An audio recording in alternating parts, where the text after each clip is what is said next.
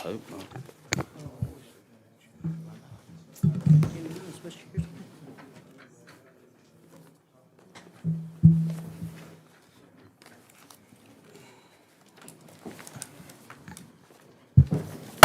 All right, it's 6 o'clock. Everybody got quiet and was ready for me to get started, I guess. Let's get the meeting going. Thank you, everyone, for coming out tonight to this Tuesday, February 11th, 2025 Kershaw County Council meeting. We've got the agenda before us. We've been called to order. We're going to have an invocation and pledge of allegiance tonight led by Councilman Derek Shoemake. Okay. All right, let us pray. Dear Heavenly Father, please watch over this body as we conduct the people's business here in Kershaw County. Lord, specifically, steady our hearts and steady our minds as we work through these complicated issues to do what's best for the people of this county. Lord, we understand that we come to you tonight with great responsibility, and not just the people sitting up here, Your Honor, but everyone in this room, every person in this county that stands up enough and cares enough to come and participate in government. And please watch over all of us so that we can reach the right decision. In your name we pray, amen. Amen. I pledge allegiance to the flag of the United States of America and to the republic for which it stands, one nation, under God, indivisible, with liberty and justice for all. Thank you, Mr. Shoemake. Next item on the agenda is adoption of the agenda. Item 4, is there a motion? I'll make a motion we adopt the agenda. Is there a second? Second? We've got a second. Any discussion? Seeing no discussion, we'll call it for a vote. All in favor, raise your hand. Ms. Hannah, it's unanimous for those who are present, and I understand Mr. Tucker is going to be calling in at a later time? Okay. Thank you, Ms. Hannah. It's approved. Item number 5A is our next item. This is National Black History Month, which is placed on the agenda by Mr. Tucker. Is there a motion? I'll make the motion. All right, is there a second? I'll second. All right, we've got a motion and a second. Mr. Tucker had asked me if he was not here to share this. It's on your screen, and so I'll go through it, and then we'll see if we have any discussion. Black History Month Proclamation, Kershaw County, South Carolina. Whereas Black History Month is a time to honor the significant contributions and achievements of African Americans throughout history, recognizing their resilience, excellence, and influence in shaping our nation's past, present, and future. And whereas the origins of Black History Month date back to 1926, when Dr. Carter G. Woodson established Negro History Week, which has since evolved into the month-long celebration observed of February across the United States. And whereas the African American community has played a vital role in the history of Kershaw County, South Carolina, contributing to the fields of education, business, art, culture, government, and civil rights, while enriching the fabric of our community. And whereas this year's national theme for Black History Month, African Americans and the Labor, Black Resistance Celebrating Black Innovation, calls on us to reflect on the ongoing struggle for justice and equality and to celebrate the triumphs and resilience of African Americans throughout history. And whereas Kershaw County acknowledges the significance of promoting equity, inclusion, and understanding among all citizens, continuing to strive toward a community where all people are valued and celebrated. And whereas it is imperative to educate current and future generations about the accomplishments and contributions of African Americans and to honor their central role in the advancement of our society. Now, therefore, Kershaw County Council does hereby proclaim February 2025 as Black History Month in Kershaw County, South Carolina. We encourage all citizens to join in this observance by participating at local levels and as further stated in the proclamation. That is the proclamation from Mr. Tucker.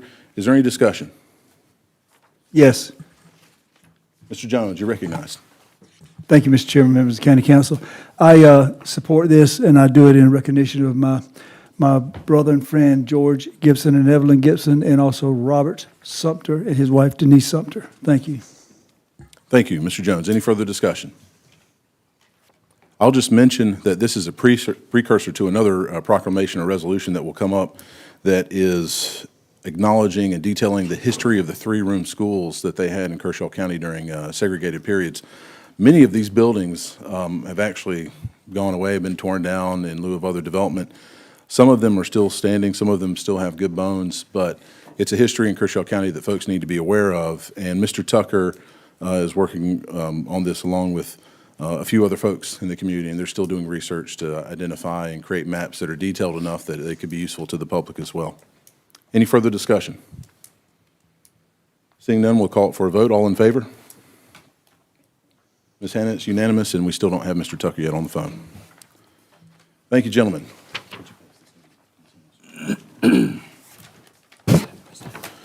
That's 5A. Next item is item 5B on the agenda.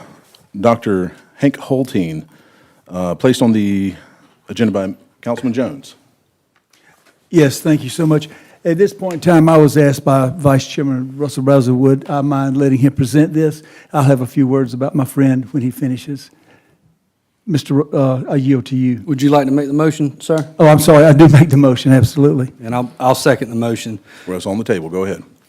All right, at this point in time, I thought I was reading a proclamation for about a dozen people. This gentleman has done quite a lot in his life. It's quite impressive. So if you'll bear with me, I'm going to read through the proclamation, not in its entirety, but I'm going to hit some highlights. This is to honor Dr. H.W. Holteen, with over 52 years of physician practicing in Camden, Kershaw County, South Carolina. How do you even begin to honor such an outstanding servant to the people? Whereas H.W. Holteen is the longest-serving practicing physician in Camden, Kershaw County, surpassing Dr. Francis McCorkle, which was my grandmother's doctor for years, and in 1967, high school graduate from Wilbur Cross High School in New Haven, Connecticut, began his journey in 1974 until present at Camden Associated Physicians, PA. Excuse me, in Camden, South Carolina, as clinic director / managing partner for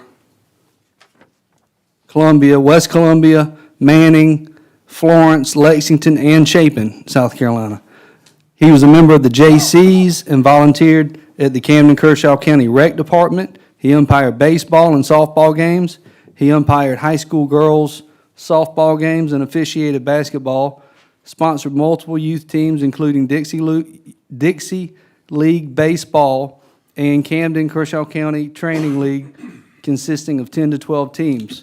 Provided necessary uniforms and equipment for the entire training league. Whereas H.W. Holteen has served, contributed, and accomplished so many goals in his career, it is hard to determine which are more important than the other. So it's an honor to share them all. Now, I won't be reading them all, but they will all be on the record. His education, undergraduate training at South Central Connecticut State University and Northwest Missouri State University. Graduate school at Palmer College of Chiropractic in Davenport, Iowa. Postgraduate training and studied at Palmer College of Chiropractic in 1974. The National College of Chiropractic's Advanced Physical Therapy and Pain Control Methods, that was in 1978. The National College of Chiropractic for Chiropractic Orthopedics, 1981. The Mayo Clinic Physical Therapy Department, a Physical Examination of the Extremities, 1981. Mayo Clinic Conservative Management of the Intervertebral Disc Lesion in 1982. University of Michigan School of Medicine Disability and Impairment Rating and Ergonomics, 1983. Harvard School of Medicine, made it all the way to Harvard. That's pretty impressive, sir. Orthopedic Radiology in 1983.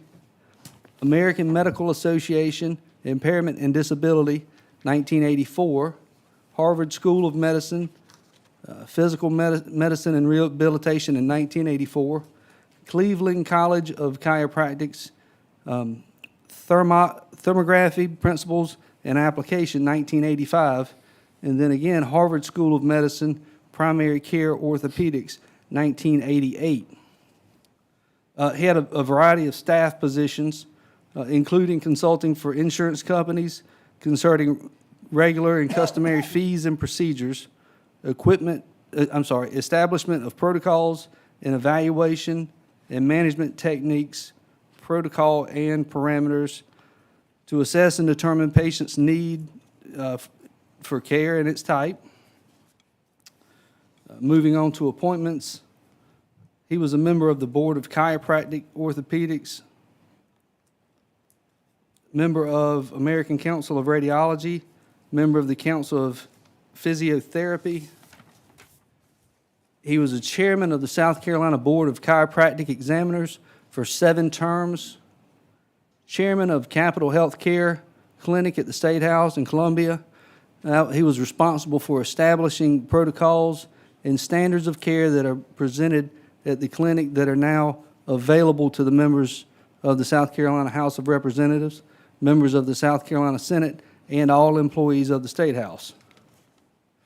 Moving on to articles published, clinical diagnosis and grading of the intervertebral disc syndrome, South Carolina Chiropractic Association in 1981, a standard of care for analysis and treatment of scoliosis patients, that was also in 1981, clinical and physical diagnosis of strain injuries, that was in 1981, clinical and physical diagnosis of sprain injuries in 1981.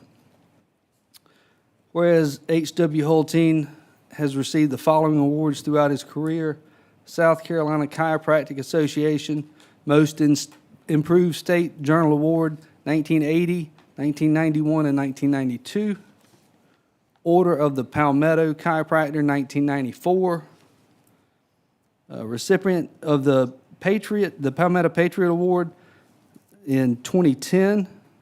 This is a recognition of service to the state and to the public through boards and commissions. It is the highest award given by the Lieutenant Governor in his office in the state.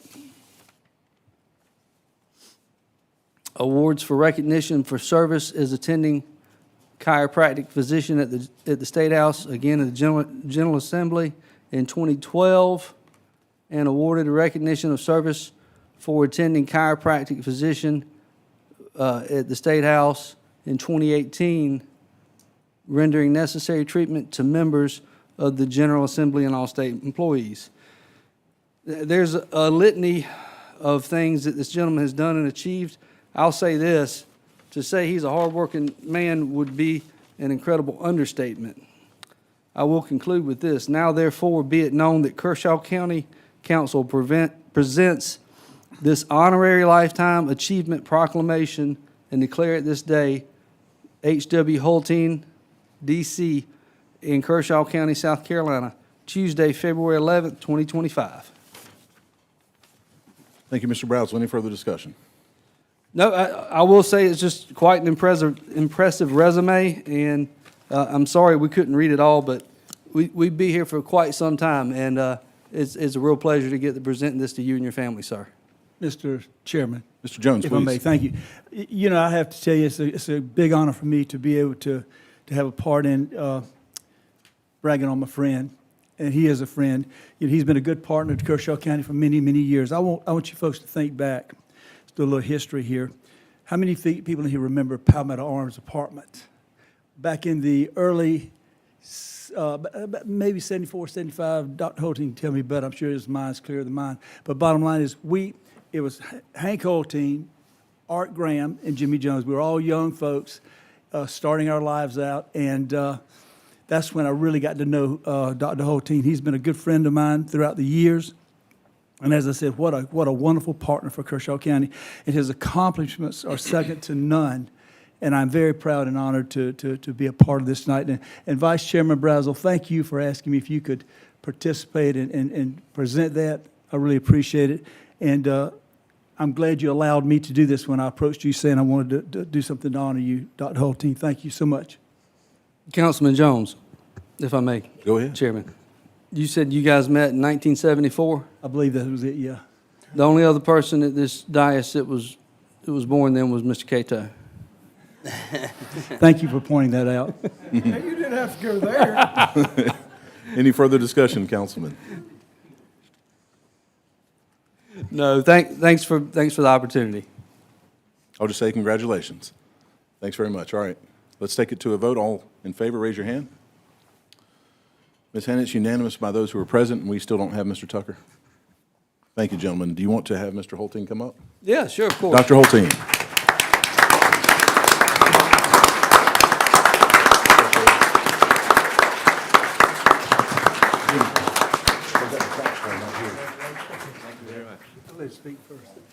Thank you very much. I'm exceedingly honored.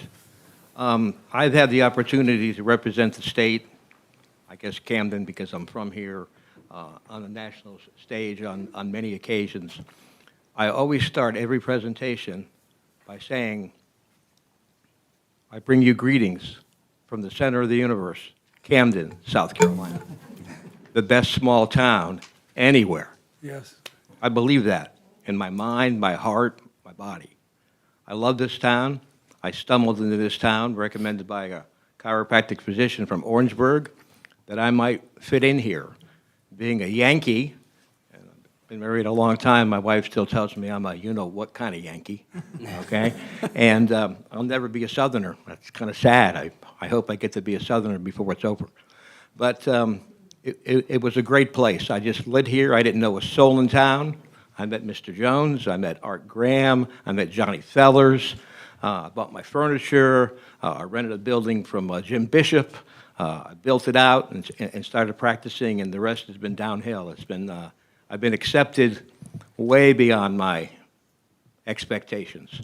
I was able to build a clinic downtown Camden on Church Street in 1982 after only 7 years in practice, a 4,000 square foot building, and not to slap the landlord, but aside from the taxes, it's a good place.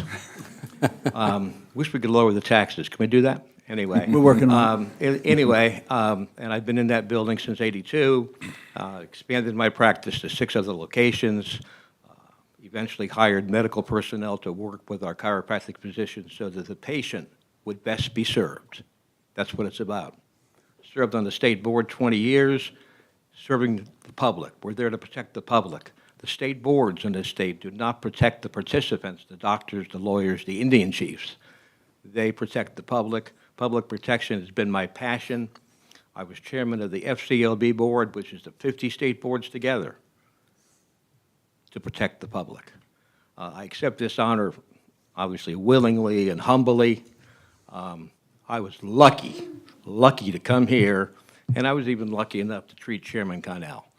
When he was a national wrestler, and his picture is in my examination room, right on the wall next to Tim Wash. Don't tell Who him was his that. coach. So, Be warned, Councilman. thank you for allowing me to be here. Thank you for accepting me. Thank you for allowing me to marry, raise 4 children, and I'm going to say become a success. Thank you. Thank you, Dr. Mr. Holteen. Jones, Mr. Brazel, and the rest of the council. Dr. Holton, if you could join us, we have the plaque Yep, we'll right take here. a If you'd picture. come up for a picture, that'd be great. Bring your wife up too, please. Your wife is shaking her head no, but Jimmy. Never block you out, Good to see you. Thank you very much. This is awesome. Doctor, congratulations.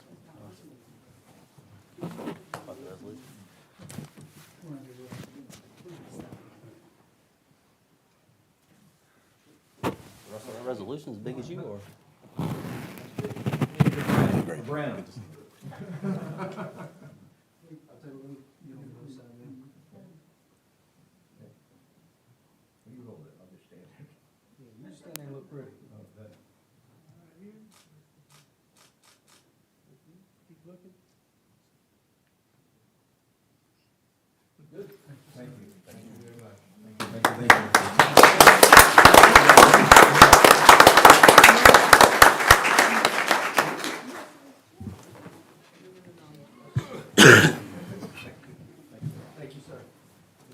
If you can't lift it, we'll get one of these young folks that weren't around in 1974. thank you, gentlemen. That takes us to our next item on the agenda, which is public comments. As a reminder, this is not a Q&A for council. It's a time for council to hear from the public, subject to the rules and guidelines that are already printed on the agenda packet. Mr. DeBose. 7 speakers are signed up. We have 7 folks signed up for public comments tonight. Who's the first one? Keith Gunter, subject is P and Z. Mr. Gunter. Yes, sir. Welcome, my friend.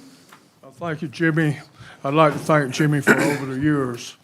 When I needed help, he would go to bat for me, and I appreciate it. And I know some of you guys. I've never been from wrestling. I'm up here today. I wrote all this, and I know I haven't got time, so I'm not even going to probably go through much. I'm up here today for a simple reason.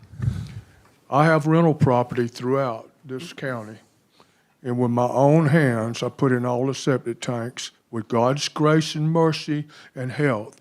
Every septic tank, every water line, everything that's been done, I've crawled under mobile homes with insulation stuck to the sweat and laying in raw sewage. I have done it all. There ain't nothing I ain't done on them. I've built 100 or more electrical meter poles. I wrote all this. First time I wrote it, I was so mad. I had to take all that out. But I'm here because I do not understand.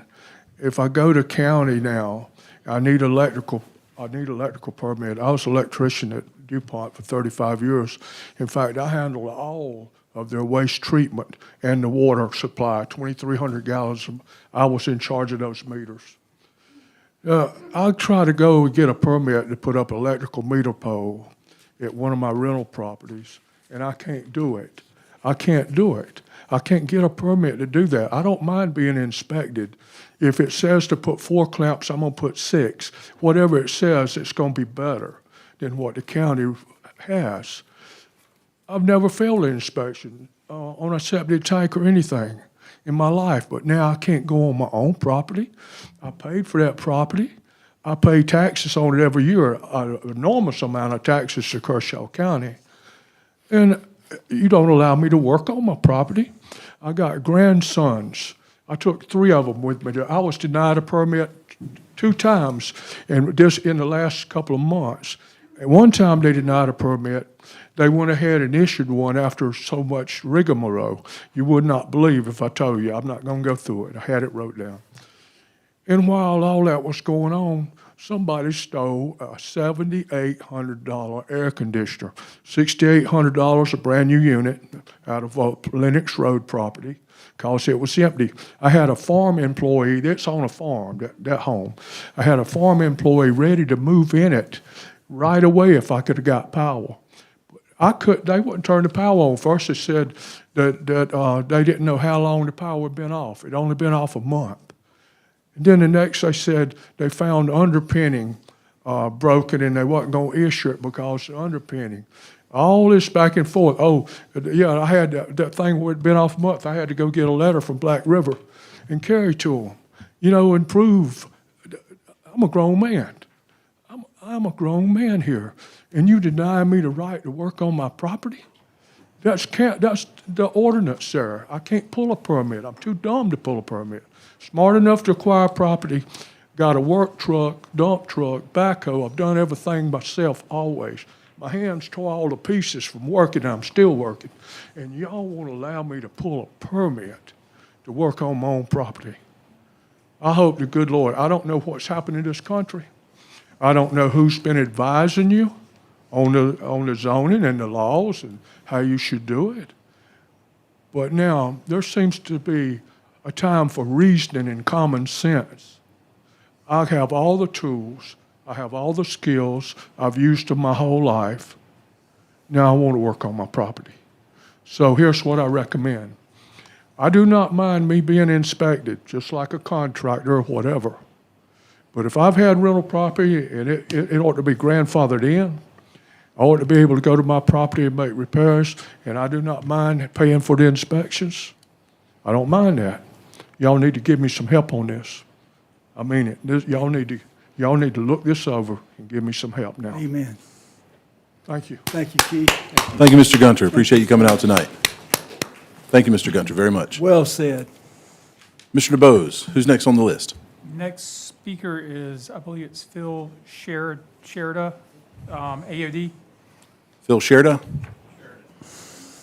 unfortunate name for the South.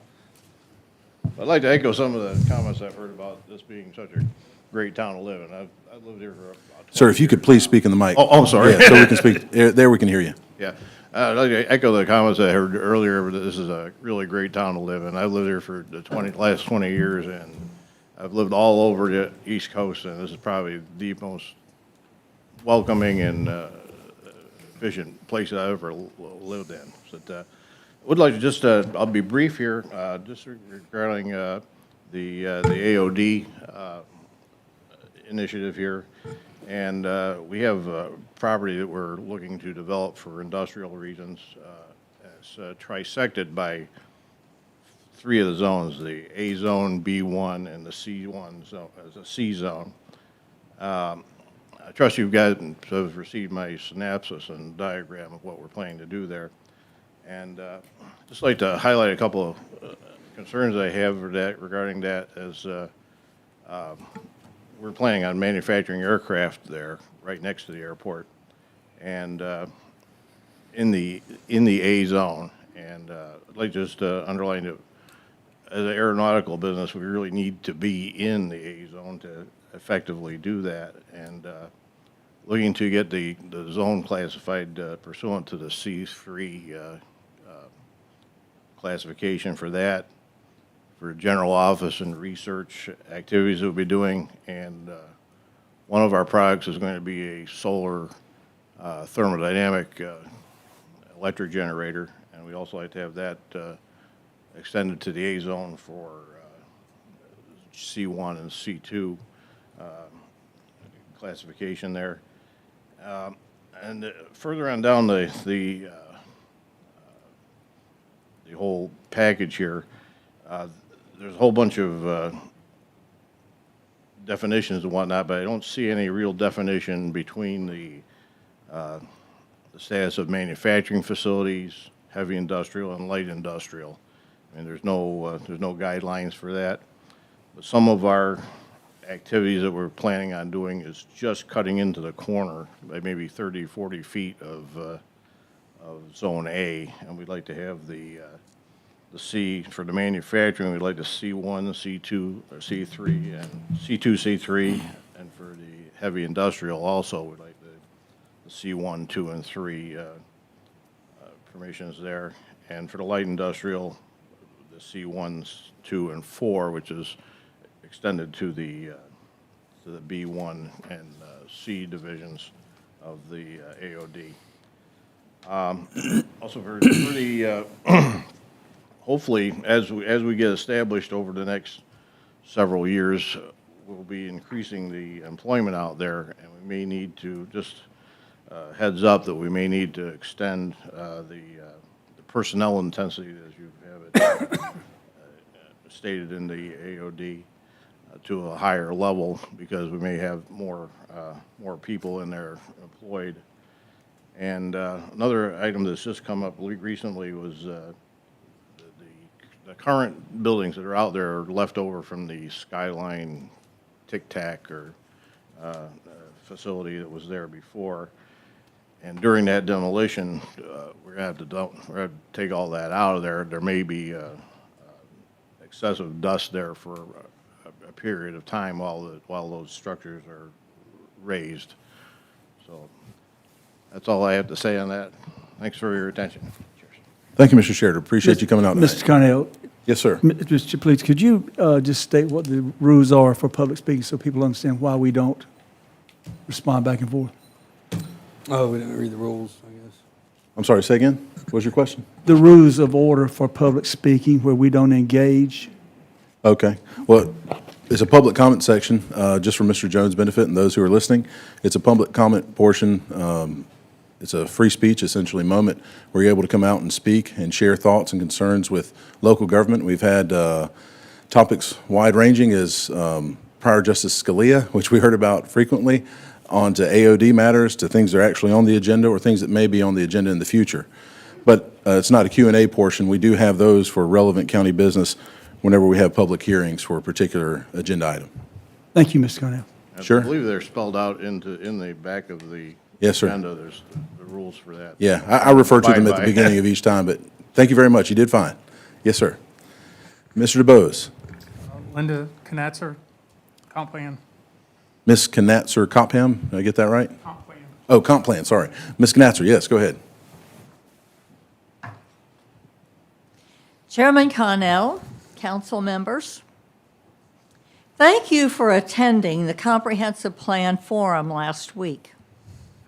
I realize you all have a lot on your to-do list. However, the deadline to have this plan in place is a year sooner than the airport overlay district, so it needs to take priority. We were told that the second reading is scheduled for April the 8th and the third reading for April the 22nd. That's coming up pretty quick. I am aware that our comprehensive plan must be updated and made compliant with current government requirements. It does not mean that we completely do away with a very good current plan and replace it with one that is not going to serve the people of Kershaw County well. Our current 421-page plan in many ways replicates the comprehensive plan of the city of Camden. While it may not be perfect and could be updated and revised, it is much closer to what we need. It speaks to Kershaw County's past, present, and future. Now, what is wrong with the plan we saw last week? It's 101 short pages, some blank pages. Nothing, I guess, if you like pretty pictures and graphics. 6 to 8 pictures of housing that we are trying to avoid. And do we really need 5 pictures of Camden's railroad station and railroad tracks? No mention of the airport. One small picture of a church and another church in the background of a picture of this building. As for substance, when I reviewed the equine information, immediately I noticed that it was incorrect, probably 30 to 40 years old. At the forum, Niehaer said his source was the Kershaw County Chamber of Commerce website. The director of the Chamber of Commerce told me that it has not been updated recently. And when I talked to Amy Kynard, we went over some things and kind of updated a little bit of it. And that they should have really called her. What other information and from what sources are we to accept? In the less than half of the plan we looked at last week, it speaks about diversity 14 times and the need for affordable housing 11 times, while still pointing out that Kershaw County's housing prices as of 2021 were significantly less than the Columbia area and the state. This new plan does have some good things, but I'm not so sure they're not already in the current plan or could be added in.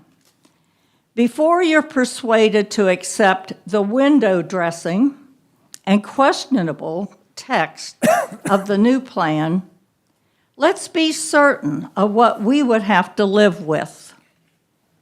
Right now, I say keep the current one and rework it. Thank you. Thank you, Ms. Knatzer. Appreciate you coming out tonight. Mr. DeBose. Lynn Conto, Equine Overlay. Ms. Conto.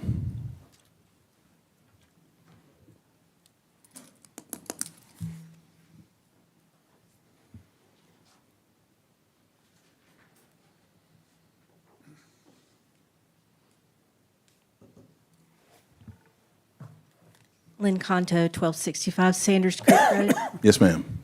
I'm not a fan of reading, but I've been having to do a lot of that lately. And And the first thing I want to address is the AOD. I want to thank you for making amendments and listening to the people who live in that community and to their concerns. I still think there are a couple more things that need to be addressed. I do think those people individually affected, you need to talk to personally. Protect the farms, the kennels, the hunt clubhouse, the commercial equine properties, and maintain people's property rights. I would also suggest considering equine overlay to protect, educate, and guide growth in the future for the equine community and housing developments nearby. This would prevent future conflicts with an airport expansion, equine activity, and any developments in the future. Now, most recently, I want to thank you for showing up for the comprehensive plan draft reading and giving wonderful suggestions that I do agree with. Some of those suggestions included looking at housing developments and the approaches you want to take with that in the future, and promoting the equine community in this plan. I do think we can go a step further, and I'll explain that in a minute. But let's start on page 8 of the comprehensive plan. One of the most concerning things I thought was on ethnicity. It's biased. The data reads whites and others versus Hispanic and nothing else. Now, I do a lot of grant writing, and I've never seen data presented that way, and that concerned me. The other issue that concerned me is on page number 9, lacking bachelor's in education degrees in this town, and that's because every community around us has a 4-year program but us, and we need to look at including that in our community. Page 14, the use of images of houses that really don't represent Kershaw County needs to be reconsidered. Page 19, protect sensitive natural areas that weren't even listed on the map, and highlighting rural areas. Hunt country, which is 9,000 to 14,000 acres, which are in land trust and preservations. That information has been provided to the government office in our county. The Clemson educational trails should be included and marked in that map. And most importantly, is our water system needs to be protected. That needs to be emphasized in our comprehensive plan to prevent Charlotte Water from reducing the amount of water that we receive in this area. Hunt country is rural area. It's not urban, it's not suburban, and that is a misprint in the comprehensive plan and needs to be immediately resolved. Finally, solar. You have 4 to 5 contracts approved to put in solar, according to the meeting yesterday, but none of them have been activated. We have no way of knowing what is successful and what's not successful. Do you have a county consultant that's an expert that tells you what works and what doesn't work? I'm concerned for the wildlife, the runoff, and the people being notified appropriately surrounding that area. If my property was adjacent to any solar farm, I would want to be notified, certified, to guarantee I know about that information. And most importantly, no solar in the AOD region. None in A zone, none in B zone, none in C zone, and none in D zone. This is for the protection of pilots flying in that area. And I do care about the AOD. I've told people when I come up here, I think it's important, but so is the equine community. Thank you for your time and have a good evening. Thank you, Ms. Conto. Appreciate you coming out. Mr. DeBose. Next speaker is Joseph Chancellor on Creed Solar. Mr. Chancellor, please. I'm not going to worry about the mic. You guys should still be able to hear me though, right? You need to speak in the mic, sir, so the people that can hear you on YouTube. Yeah, you'll be silent to those who are You might need an online. extension, you're so tall. You are tall. Yeah, I don't want to break it. Gentlemen, council members, I appreciate the time to come up here and discuss this matter. I was here last night at the commission meeting and spoke with them about some things that were concerning about solar generation stations that I have.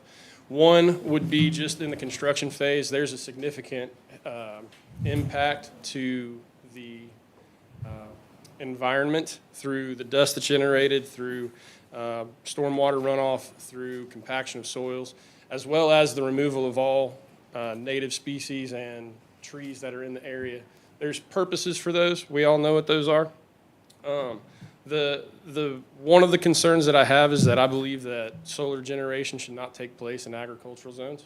Those are important to every way of life in a community such as Camden and Kershaw County, in so much as there's outdoor activities that take place. I know I have been an outdoorsman most of my life, and I have spent a lot of time in the woods. When the woods go away, there's no more woods.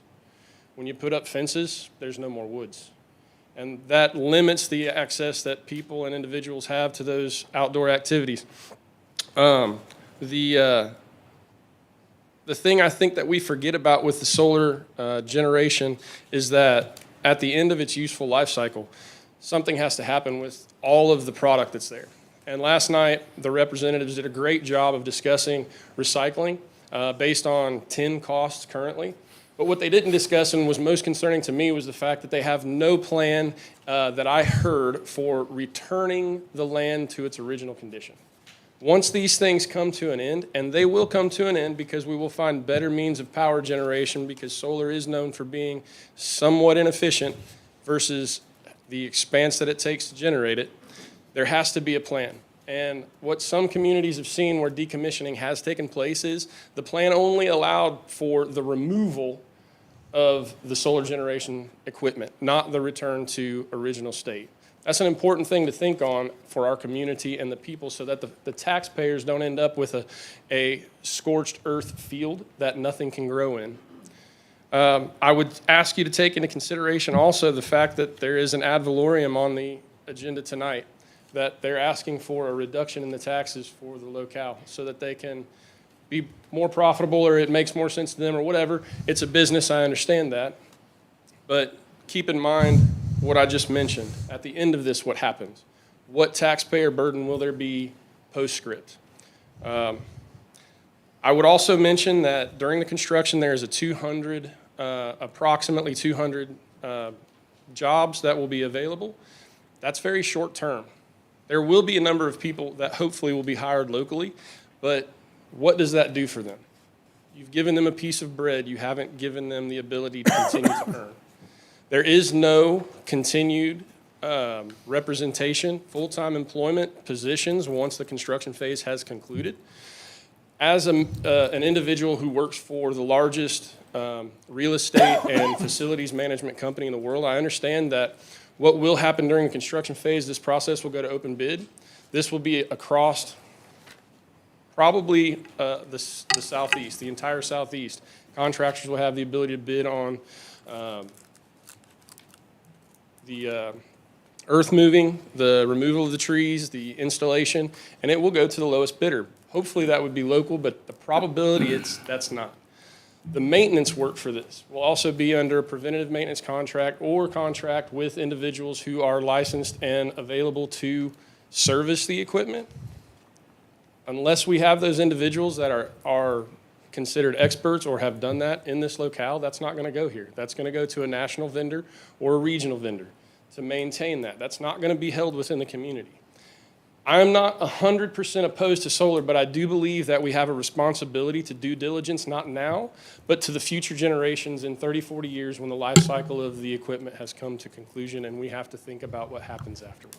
Thank you for the time. Thank you. Thank you, Mr. Chancellor. Thank you. Mr. DeBose. Ashley Huff, solar. Ms. Huff.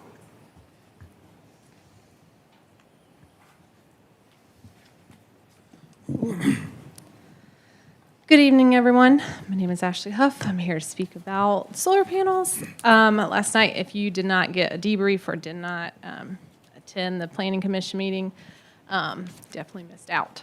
So last night, Greenergy spoke and presented about Creed Solar, which you will read tonight, about the FILO agreement, and the project overview of the presentation and a brief description on their website. It listed this project would be a $60 million local investment, and there would be approximately 200 construction jobs. I think there seems to be some confusion. I talked after the meeting, and the way it was worded, Greenergy is proposing to invest $60 million into racking and panels and battery storage and substations, et cetera, for this project, and it will create 200 temporary jobs. It's not full-time. Otherwise, this facility is standalone. It doesn't have a full-time staff of even one person. The website also mentions that the power will be delivered to the local grid, but the line is Duke Power, so I'm not really sure what local entity receives power from that, because it will be, that area is powered by Black River. The website mentions that it will offer a new source of economic development, including long-term tax revenue for schools, government services, and public infrastructure. I'm just wondering, will this be presented at some point through county council? I mean, we'll see the second reading tonight, so what information will be given, especially since the first reading was so limited.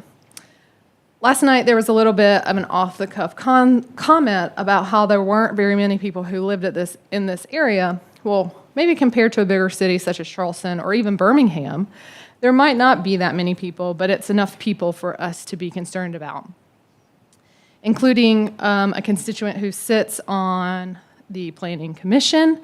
Last night, he lives within the 1 mile radius of the solar, what they call the solar plant on the website, but he didn't receive a letter, and neither did some of his neighbors. When do we get so caught up in the economic development and financial gain and tiptoeing around everyone that has a checkbook to avoid a lawsuit that we forgot about caring for our neighbors? Let's talk about FILO agreements. So this project right now, possibly, I think it's like $3,800 per megawatt.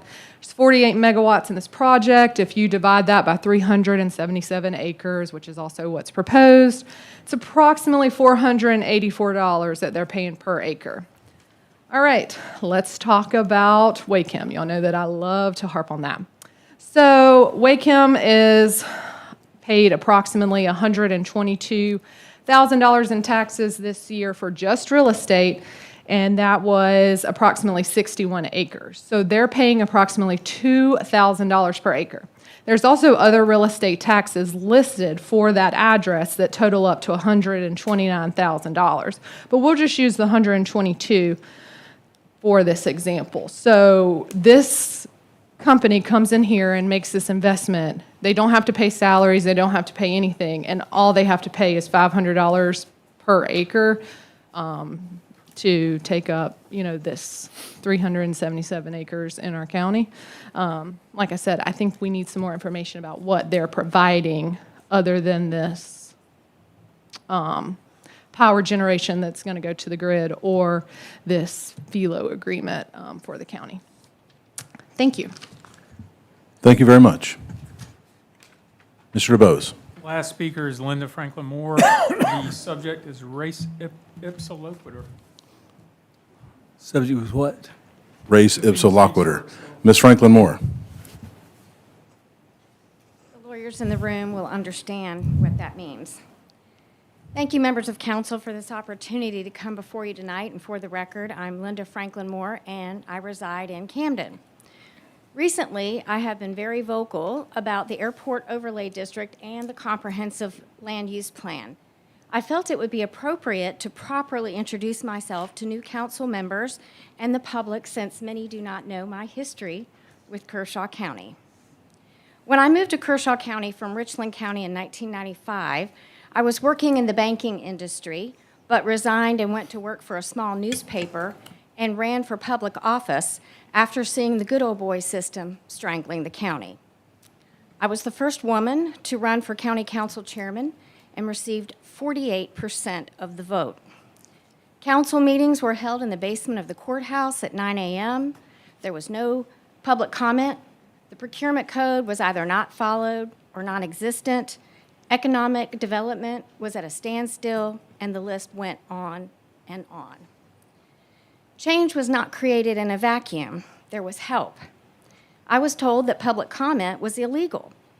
So I called the then Chief Justice of the State Supreme Court, Jean Toll, and she assured me that it was not illegal and asked if she could get the then County Council Chairman, Steve Kelly's, contact information. I gave it to her, for sure. Public comment was born. Citizens were no longer afraid to speak up for themselves and speak out on policies and issues facing the county. I am also the author of the Unholy Alliance Chart. Not bad for a couple of abrasive and aggressive ladies. At the public drop-in last week regarding the comprehensive use plan, I was alarmed the poster board outlining urban, rural, and suburban areas was missing the legend that corresponds to this map. Each of you have received a handout where I've provided the map and the legend that goes with that map. This is a critical component for full disclosure to the public about how their property and property values are affected. So when it's missing from that public display, they're missing a lot of information. What is disturbing about this legend is the designation for urban states that equine/agricultural use is not allowed by right, but on a case-by-case basis. My question is, who makes that determination?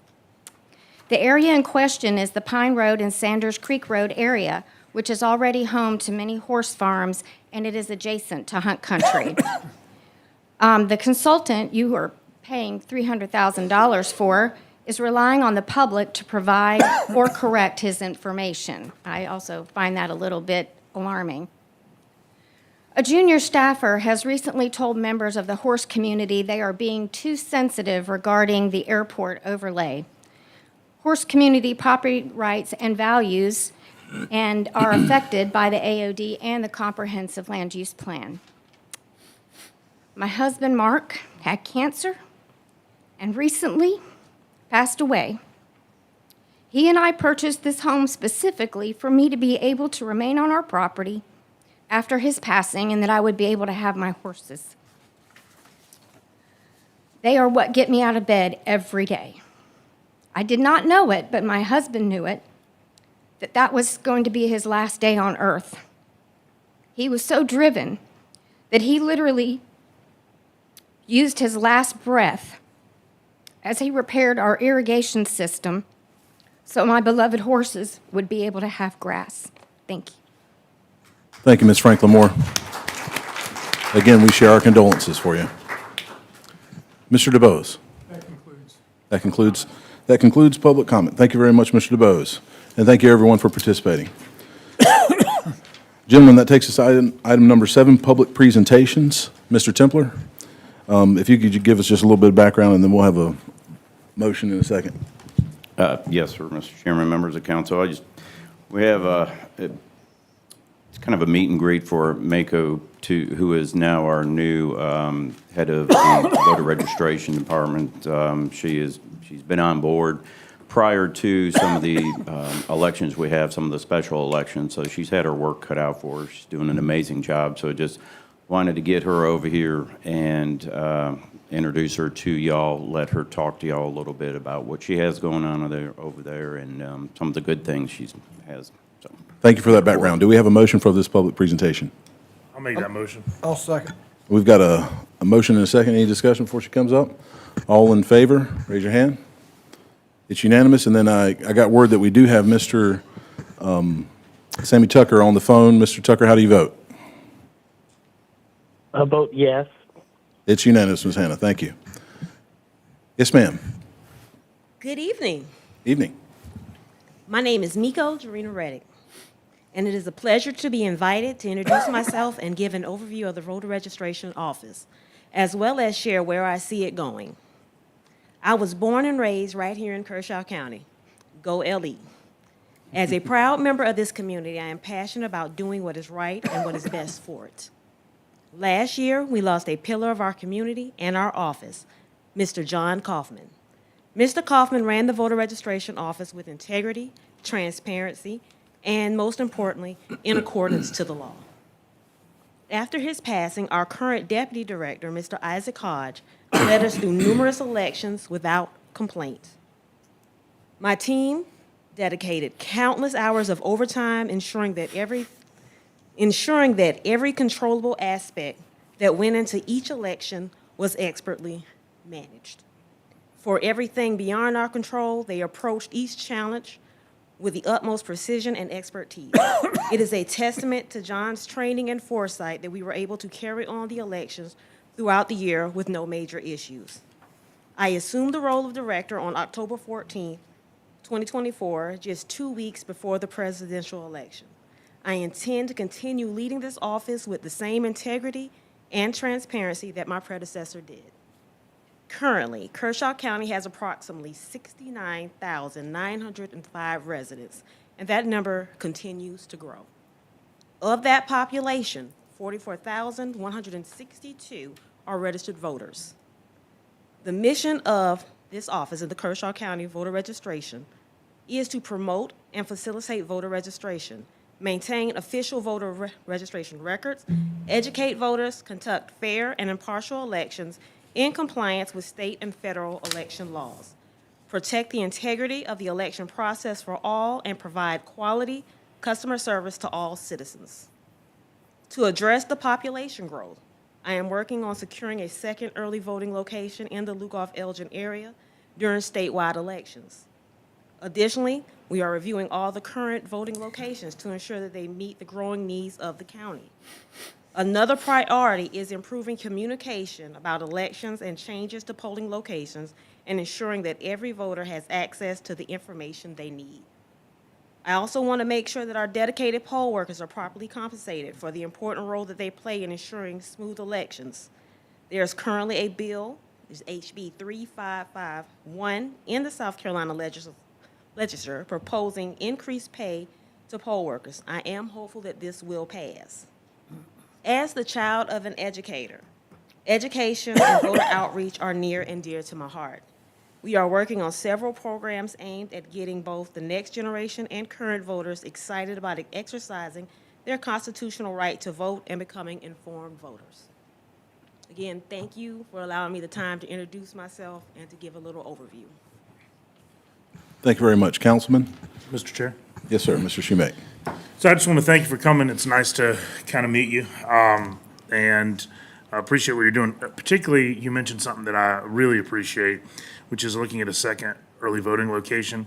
You know, during the last couple of elections, one of the chief complaints I've gotten over in my neck of the woods is folks having to drive out to Camden when, you know, as you know, the population is really blowing up on that side of the river. So it would be really great to see an early voting location. That's probably the number one election-related question I've gotten on my end. So thank you for working on that. Mr. Cato. I reiterate what my colleague said. I thank you for being here tonight, and I thank you for your enthusiasm. I also, coming from the upper part of the county, that's one of the main complaints is having to drive so far for early voting, and so I appreciate you looking into that, and hopefully we'll see some results from that soon. Thank you. Thank you, Mr. Cato. Any other comments, questions? Mr. Chairman? Please. I agree with what you said. Mr. Coffin's shoes those are going to be big shoes to fill. Thank you for doing this. The role of the voter registration office is critically important to ensure our citizens have a right to voice during our election cycle. And I know there's been a lot of pressure put on with the expansion of early voting by the state. But I really appreciate all y'all do. You do work flawlessly, and you get things done. So thank you so much, and I appreciate you stepping up to the new role. Congratulations. Oh, thank you. I appreciate it. Thank you. Gentlemen, I'll just If I mention. may. Mr. Jones? Thank you. Go ahead. Just would like to say that having been involved in 10 campaigns over the last 19 years, I look forward to working with you in 26. Awesome, I'll be here. Thank you. Gentlemen, I'll mention that as a precursor to another item on, under new business regarding, under discussion for election commission compensation. It's very important that you bring up that particular bill because there is a baseline that's required to be paid by the state, and this bill would address that. Any supplement comes from the county, and so that's one of the recommendations we talked about prior meeting that we would hear about tonight. And I truly do believe that you'll make all those efforts that you described tonight, regardless of party or no party. And everybody has the right to vote. Kershaw County has had a varied history sometimes with Democratic or Republican and varied leadership at different times, but we tend to all come together and work hard on various issues that are important to us. So thank you so much for coming tonight, and thank you, Mr. Templer, for organizing this. Mr. Chairman, if I may briefly. Oh, go ahead. So I wanted to say thank you for your comments regarding transparency, and it is critical that people get out and vote, and it is critical that their voice be heard. And I really appreciate the professional manner that you presented to us. It speaks volumes for the job that you're going to do as the new director, and congratulations on your role in that office. Look forward to working with you in the future. Absolutely. Any further, gentlemen? No votes required. Thank you. Mr. Chair. Yes, ma'am. Oh, Mr. Tucker. Hello. Out of sight, out of mind, Mr. Tucker. I'm sorry. Yeah, I know. Hey, you're gonna have to talk closer to your mic, Sammy. We cannot hear you. I said I'm gonna have to spank you. Can you hear me now? We can't hear you. Barely. How about now? Hello. It's meek. Come up for air. Yeah, I'm trying. How about now? Yes, sir. Can you That's a hear me little bit now? better. Go ahead. Okay. Ms. Reddick, I want to say as well, thank you. Thank you for wanting to step in to Mr. Kaufman's shoes, because right now, positions of you and your staff are not always popular in different areas of the country, and people are being targeted and picked upon and pressured. And we here at Kershaw County has experienced little to any issue as we go through our different elections throughout our county, and that comes from having good staff. Now, I heard folks saying, their number one thing was wanting more precincts during early voting, to the west, to the north, and that's great. I have no issue with that, but I don't think it's my number one. My number one is for your poll workers to get paid and be compensated correctly. And what we're voting on tonight is the commissioners, and they need to be adjusted too. So my question to you is, with the special elections going on and the next special election for House Seat 50, are we in good shape, and this is for Mr. Templer as well, for our poll workers, not the commissioners, our poll workers to be compensated at a fair rate for their time and effort? Yes, they are. Okay. That's what I want to know. So thank them for us. I appreciate it. If you have any questions or concerns or something that I can help you or counsel, please reach out to us. Thank you, Mr. Tucker. Council, anything further? Thank you so much. All right, gentlemen, that takes us to item number 8, approval of the minutes. Do we have a motion?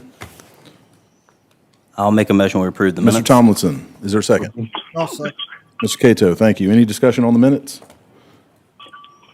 Seeing none, we'll vote for those in person. All in favor, raise your hand. On approval?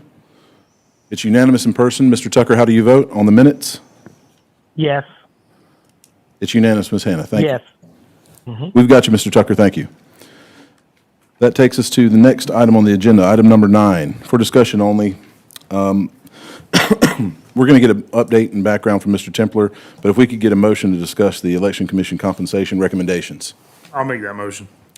Mr. Shoemake, is there a second? Second.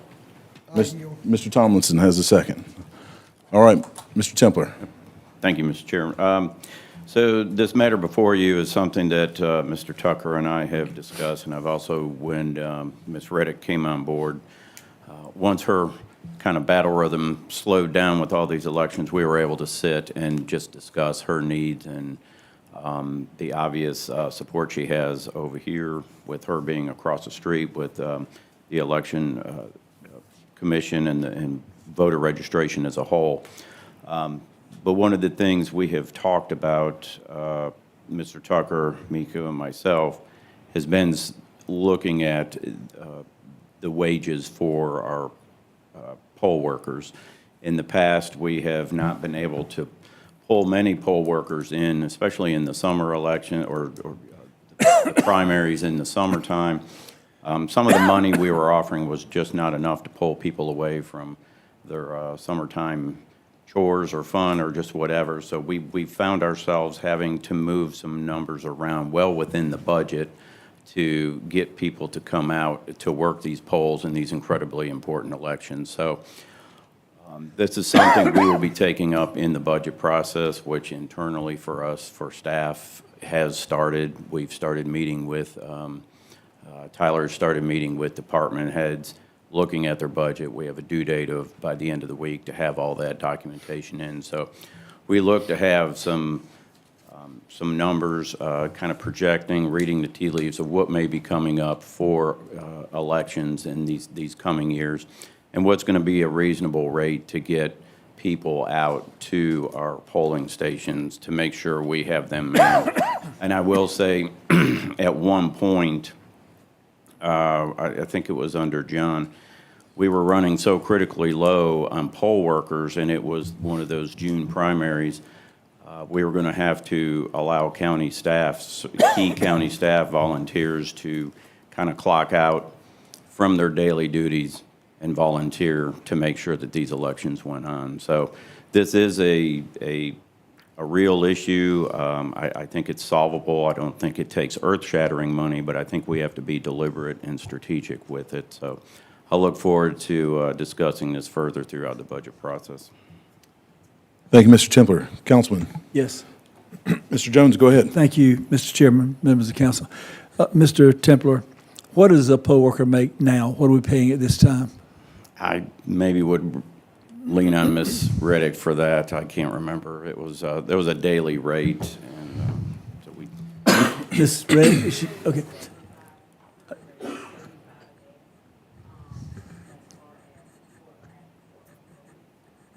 Could you come up to the mic, Miss, please? Thank you.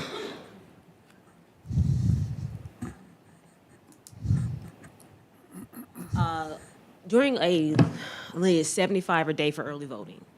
When it comes to actually on election day, it's 160, 180 for training and for working the day.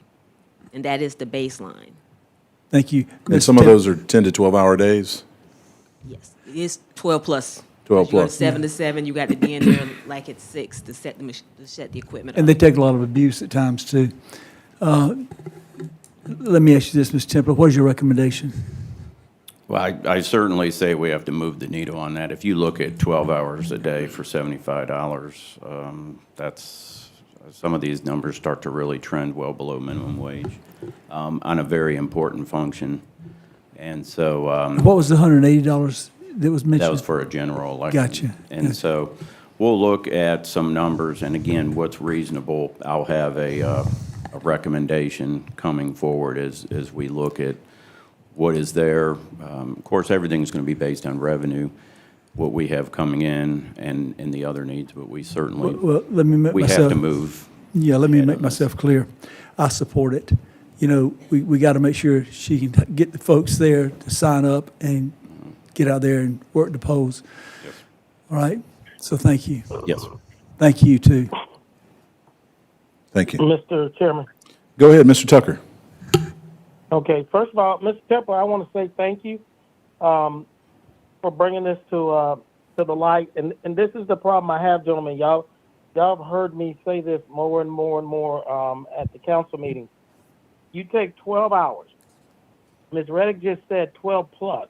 You take 12 hours divided by $75, and that's $6.25. That is below minimum wage. As I stated before, none of y'all will work for that. None of you out there. Okay? If you take the 12 hours, once again, plus, we'll work with the 12 hours, that's $15 an hour. Tell me what is different about early voting and the day of voting. Can anyone on that dais tell me the difference for a poll worker? You don't have to sell us on this, I'll give you an Sam. answer. There is none. There is none. You're selling hard, but you got some buyers already. I ain't lying. Yeah, I like selling. Why are you not paying them $180 for the early elections that is mandated by state law for our poll workers and for our county that they do? Mr. Tucker? Can I ask him a question? Can I ask him a One question? second. Mr. Tucker, the only counterpoint I've heard to that is that special elections tend to have a much lower turnout, so there's lower volume to deal with. But in my view, that's a distinction without a difference, because the election is just as important. It's going to be the same representation, whether it's the House or otherwise. It's still going to be 40+ thousand people that an individual represent if it's in the House, more if it's the Senate. And so I think the work is as valuable when you're taking people's time. Mr. Jones. Absolutely. And if I could add to that, you're absolutely correct, Chairman. But if I can add to that, we don't pay them no extra when the turnout's great in a general election. Let me So say something, It Mr. balances. Agreed. Mr. Jones has a question. Mr. Tucker, hey, this is Jimmy. Hey, buddy. Listen. I hear what you're saying when you're asking us, why didn't we do this, why didn't we do that? Well, why didn't you do it? You're sitting here too. Let me just say this. We support it. Let me finish, please. We support it. You don't have to badger us to death about it. Mr. Jones, I think you misheard him. He's not badgering us. I think we're all on the same page. Councilman, any further comment or discussion? Absolutely not. I'm good. Okay, no votes needed. We'll look for further recommendations as we move through the budget process. Mr. Templer. Thank you very much. Thank you, Mr. Templer. All right, that takes us to item 10A under ordinances. This is second reading of the AOD. Mr. Tomlinson, do we have a motion? Yes, I'd make a motion, we approve second reading of the AOD. Okay, is there a second? I'll second. All right, we got a motion and a second. Any discussion? Yes, at the request of Mr. Jones' last meeting, which was a great request, to ensure transparency for council, staff, all of our citizens, as we continue to update this ordinance in second reading.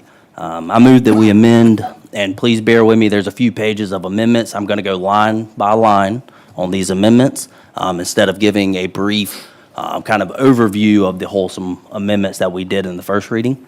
So it may take a minute, so please bear with me. I move that we amend the Airport Overlay District Ordinance as follows. Use chart amendments. Amend the density limit for heavy industrial and manufacturing in Zone C to 25 people per acre. Amend communication towers and antennas in C1, C2 use in Zone D so that there is a safety review of that use in Zone D. Amend the use chart to make home occupations a conditional land use in Zone A and permitted in all other land use zones. Amend the use chart to make accessory uses to residential uses at C1 conditional in Zone A. Amend the use chart to make commercial equestrian facilities, exotic animals, a C1, C2, C3 conditional use in the land use Zone A. Separating kennel, animal boarding, and animal grooming from animal hospital and veterinary clinic, and making kennel, animal boarding, animal grooming a conditional use in Zone A, B1, B2, and C. Amend the land use chart to make light industrial, C1, C2, and C3 conditional use in land use Zone A. Amend the use chart to make warehousing, wholesale, and distribution conditional use 1, 2, and 3 in Zone A. Amend the land use chart to make aeronautical business conditional use 1, 2, and 3 in Zone A. Amend the land use chart to make modular self-storage conditional use 1, 2, and 3 in land use Zone A. Some of these amendments protect life, safety, and airport operations while addressing some high-intensity use occupancy limits for safety in Zone D. The amendment provides some of the low-intensity uses on commercially zoned properties within Zone A, where the uses are not discouraged by FAA and SCAC guidance on land use and compatibility. Perhaps mostly these amendments are addressed the historic, commercial, and non-commercial equestrian uses along Red Fox Road to make sure that we are protected and that any new equestrian uses are conditionally allowed, provided there is no FAA and SCAC objection to the new equestrian use. That was just page 1, guys, bear with me. One aspect of Zone A that remains unchanged by these amendments is the prohibition of new residential structures upon undeveloped land in Zone A due to incompatibility with the quality of life, life safety, and airport operations and concerns. Amendments to clarify the use chart notes. Addition to the following language to the use chart notes at the end of the explanation of conditional use. Pursuant to Section 3, Chapter 7, subsection 1 through 4, conditional use requirements of the ZLDR remain applicable to any land use that is conditional use in the properties-based zoning district, R6, RD1, and general development, etc.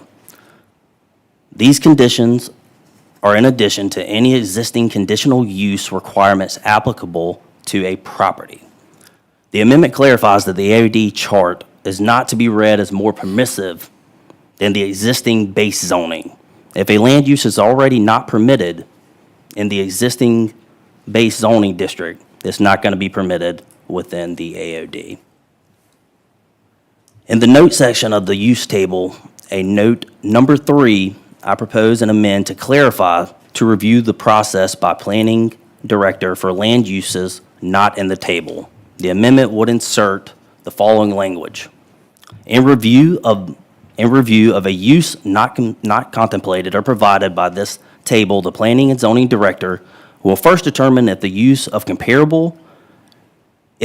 comparable to a use from this table. If it is not a use that is comparable to use in the table, the planning and zoning director will make a determination of the compatibility of the use by review and analysis of the regulatory process in Section 3, Chapter 7, subsections 1 through 4. The amendment provides guidance on transparency to the public and how land uses that are not in the table will be reviewed by the planning and zoning director. In the note section, a note number 4 amendment to read as follows. To the extent of the table conflicts with any provisions of Table 3 or 4, the provisions of the table are supplemental to the provisions of Table 3-4. And the more restrictive table is controlling. The amendment clarifies that the AOD chart is not to be read as more permissive than the existing base zoning. And if the land use is already not permitted in the existing base zoning, it's not going to be permitted within the AOD. Ordinance findings amendment. I move that we add the following. Findings at F for enacting ordinance for AOD text amendments. Equestrian and agricultural land use are historic land uses and are prevalent land use type in the vicinity of the airport along Red Fox, and the protection and accommodation of existing and future low-intensity equestrian and agricultural land uses in the vicinity of the airport is an important policy priority in Kershaw County. That is the amendments that I have to it. I know we'll probably have some discussion going forward. I'd like to provide a little bit more commentary. Well, let's get we've got your motion. Yeah. That's the motion for the amendment. As stated and also emailed to council earlier, we've got a second from Mr. Shoemake, and now you've got the floor. You can provide further clarification. Thank you, Mr. Shoemake. This is really a community ordinance here. There's been so much input, involvement from the community and residents, from concerns and issues. Our staff has worked tirelessly, has listened to all the concerns. We have tried to include and make sure that is a wholesome approach to address each one of those concerns in our amendments. I really appreciate all the community support. This, that started out an imperfect ordinance, and at their second reading, is still probably not going to be a perfect ordinance. I look forward to working with each one of you to address additional concerns. But I think we are on the right track. Having the community to be able to protect our heritage here in Kershaw County, especially our historic equine industry, our natural resources, and one of our main resources, the front porch of Kershaw County, our airport, Woodward Field. This has been a learning experience, and I greatly appreciate all of staff's hard work. They have been working tirelessly, hosting community meetings to ensure that there's been addressed the public concern and input to provide it, coordinating with other council members, scheduling multiple calls and sit-downs just to ensure that we're listening and addressing those concerns in these amendments. I look forward to third reading, and I look forward to getting more community input that we can address in our third reading for this ordinance. Thank you all so much. Love you, Kershaw County. Thank you, Mr. Thomas. Mr. Schumake, you have the second. Yeah, not much. I mean, I agree with pretty much everything I think everything Councilman Tomlinson said, but just in case he's squeezed in something I disagree with. You know, in a moment like this, when you're dealing with these very complex regulations, I think you have a fundamental threshold question, and that is, do we do something or do we do nothing? For those out there that believe we should do nothing, we just respectfully disagree. I think we have to do something. So then the question, if you believe we do something, is this the right something? Given the countless man-hours that staff has put into this, that this council has put into this, I think this is the right something. We have the ability, as we always do, to make adjustments after third reading. We have a couple of years until this is likely going to be a state requirement anyway that we have this. So we have time to make adjustments as needed once we see the impact, if it in fact impacts in a way we did not intend. So we have a chance to thwart the doctrine of unintended consequences if it rears its ugly head. So again, I believe we have to do something, and I think this is the right something. And I appreciate the work, particularly that Councilman Tomlinson has put into this. I know he's spent an exhaustive amount of time researching these issues and really taking a leadership issue on these amendments. So that's all I have, Mr. Chairman. Thank you, Mr. Schumake. Any further discussion from those who are present? Yes. Is that Mr. Yes. Jones? Go ahead. Yeah, if I could, please. Thank you, Mr. Chairman, members of the County Council. Mr. Brandt, let me ask you a question. You had mentioned, I didn't get to write quick enough the section, but it was in the LD where if someone had sold their property and it was equine, that it could come back equine, but it had to be the approval of the planning and zoning director. Are you talking about the non-conforming use clause that we extended first reading from non-conforming Yeah. from 1 year to 3 year time period? Well, what I'm asking is that under the LD approval, if someone had an equine farm and they were going to sell it, under your amendments, would they be able to bring or keep it equine? Absolutely. If it's a current, Would they have to have any approval? but yeah, Mr. DeBose, would you provide maybe some input on that? Yeah, on Let me repeat it, so I'll make sure we're on the same page. I'm sorry, Mr. DeBose, because I know you're a whole lot smarter than me, and I just want to make sure I get the right question out. If I own a farm, equine farm, and I'm going to sell my property, will I be able to sell it as an equine farm and equine stay there yes. under all portions of this overlay? Yes, the only specter of someone not being able to continue a use if it is made a nonconformity. I mean, some farms will be completely, permitted. They would not be a nonconformity under these regulations. But in the rare instance, someone is a nonconforming existing use, there is a 3-year discontinuance period. So provided someone does not quit using their property for 3 years altogether, abandon it, that use can continue. In your hypothetical, someone is selling a farm that is in use, occupied, as long as the new purchaser uses the property, occupies it, uses it as it's being used now within 3 years, and they are 100% fine. Would they have to have approval by the county to do that? No. Okay. So no approval by planning and zoning director? No. Okay. So if they have their farm, I'll make sure we're clear. Like Miss Franklin, for example, she's got her horses out there, and then you got some that are closer, that have their horses, and they decide to sell their property to John Q. Public. They do not have to get permission from the county to keep it as a... Correct. The verbiage I believe you were asking about that Mr. Tomlinson proposed an amendment for is for a use type that's not already in that table. Would they be able to have an equine there if it wasn't in use as equine, but it was within that area? Well, I mean, all these equestrian uses are provided for in the table right now. So, that verbiage only contemplates some bizarre use. Like, so let's say a code was written 10 years ago before data centers existed, right? I'm just making up something. If a data center came to a zoning administrator and it was not in their chart, this would apply to just general zoning. What does it look most like? in the chart. Again, all these equestrian uses, though, to your point, are provided for in here, and the base zoning of many of those properties is RD1, which again, I believe allows all manner of kind of hobbyist farming in the base district. So I don't think there are any issues with continuance of equestrian activities out there. Here's my issue, and I'll probably have an amendment at third reading. But what I'd like to see is usually when government gets involved, it messes things up. You know, we think sometimes to fix things, we got to have more government, more government. I would like to see us deregulate, leave the equine alone, don't even mention them, and just do your overlay district. And there's not been any problems there.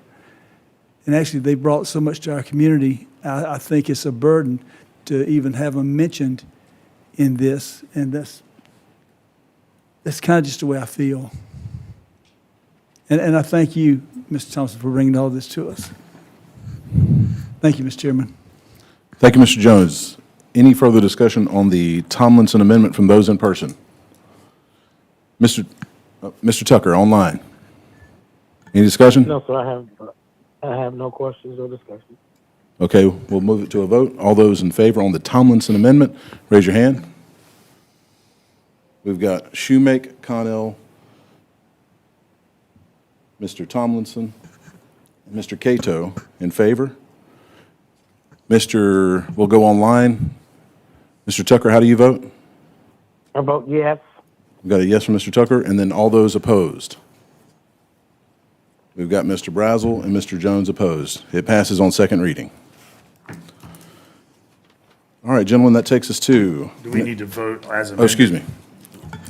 Mr. Chairman, I'll make a motion that we approve as amended, second reading of the ordinance for AOD. Okay, we have a second. Second. We've got a second from Mr. Shoemake as well. Any further discussion? Seeing no further discussion, we'll move it to a vote as amended on second reading. All in favor, raise your hand. Shoemake, Connell, Cato, Tomlinson, in favor. Mr. Tucker, how do you vote? I vote yes. That's a yes, Ms. Hannah. And all those opposed? Mr. Brazel and Mr. Jones. So it passes on second reading as amended. Thank you, gentlemen. All Mr. right. Chair. Yes, sir. If I may, just make a real quick announcement. We've been doing our public engagements in this room the Thursday after these meetings as each amendment or each section of this ordinance has passed. So I You just gonna have want to another one? remind those, and most of them are in attendance out here, but we will meet this Thursday at 6:30 in this room to discuss everything that, any questions they may have and any questions that may become of. Okay, again, for the public present and online, there'll be another meeting here, 6:30 Thursday. Yes, sir. In this room to have additional information before third reading on this particular Yes. AOD. Yes. Thank you, Mr. Templer. Thank you. All right, gentlemen, that takes us to item 10B.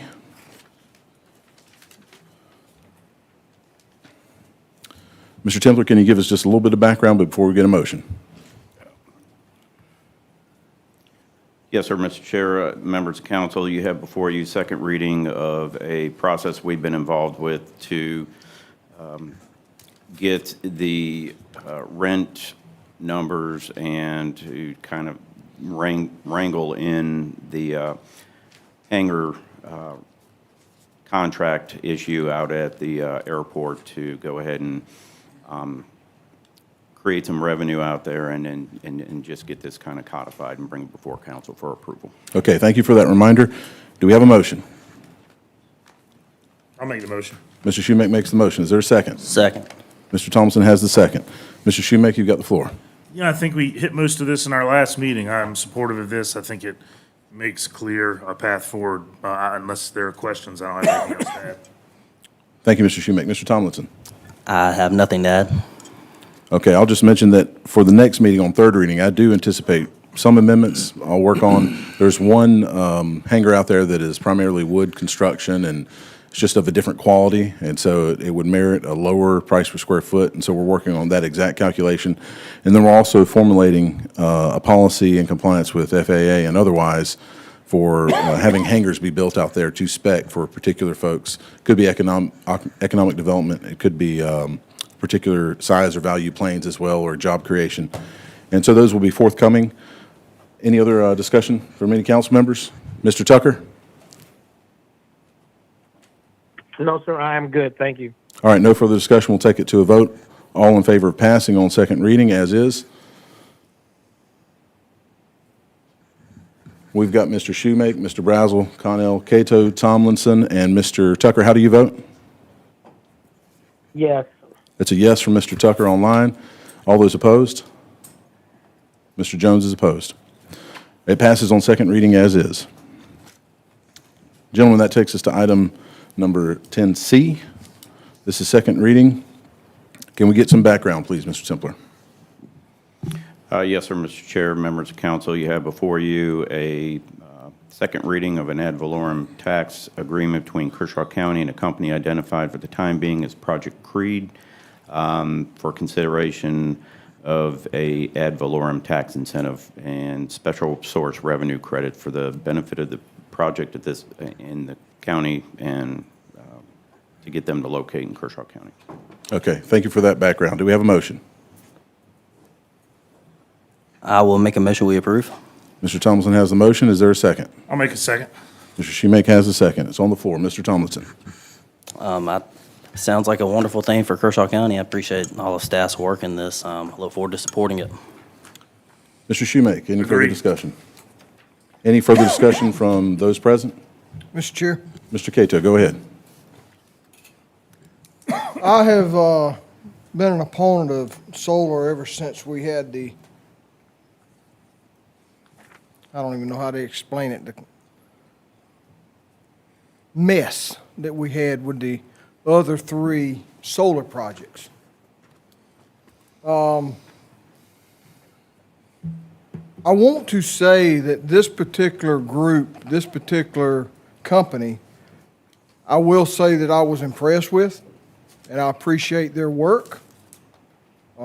They have reached out. I know Ms. Huff brought up in her comments that there may have been a few people that were not contacted. For the most part, I've not had anybody reach out to me that was in this particular project that was not notified. So I'd not heard that. They had a meeting. I attended the meeting. I will say that a lot of people are very skeptical about what's going on in this area and what the future holds for Kershaw County with these solar projects, because it is the unknown. I don't know that this is the best avenue for Kershaw County to go down. And I'm sorry I feel that way. I can't help it. That's my personal feeling. I said when I came on council, I would do two things. I would listen to my constituents as much as possible, and I would vote with my heart and my clear conscience. I do believe in the property rights of people, but I do think that as the body up here, we also have to look out for Kershaw County and the future. I mean, that's what we're doing with the AOD, and that's what we're doing with everything else. We're trying to look out for the future of Kershaw County. Again, I think this is a little bit of the unknown. I don't think that Kershaw County may be getting the proper amount of the taxes that we should get for something like this, especially if it's not providing any jobs. So I share some of the same concerns that my constituents that spoke tonight. I share some of those same concerns. With that being said, I don't think, I really want to thank this company for doing what they've done. They have went above and beyond, and they've done everything we've asked them. We set up this thing several months ago, laying out the guidelines that they had to abide by to have the public meeting, to notify people. And as far as I know, that was done. And they were very open with us, and we had chances to talk with them, and I appreciate that. But I cannot support this. I just don't think it may be the best thing for Kershaw County at this time. Thank you. Mr. Chair. Thank you, Mr. Cato. Mr. Brazel. Hey, could we have Mr. Burgess come up to the mic? I'm so sorry. I know you're dreading it.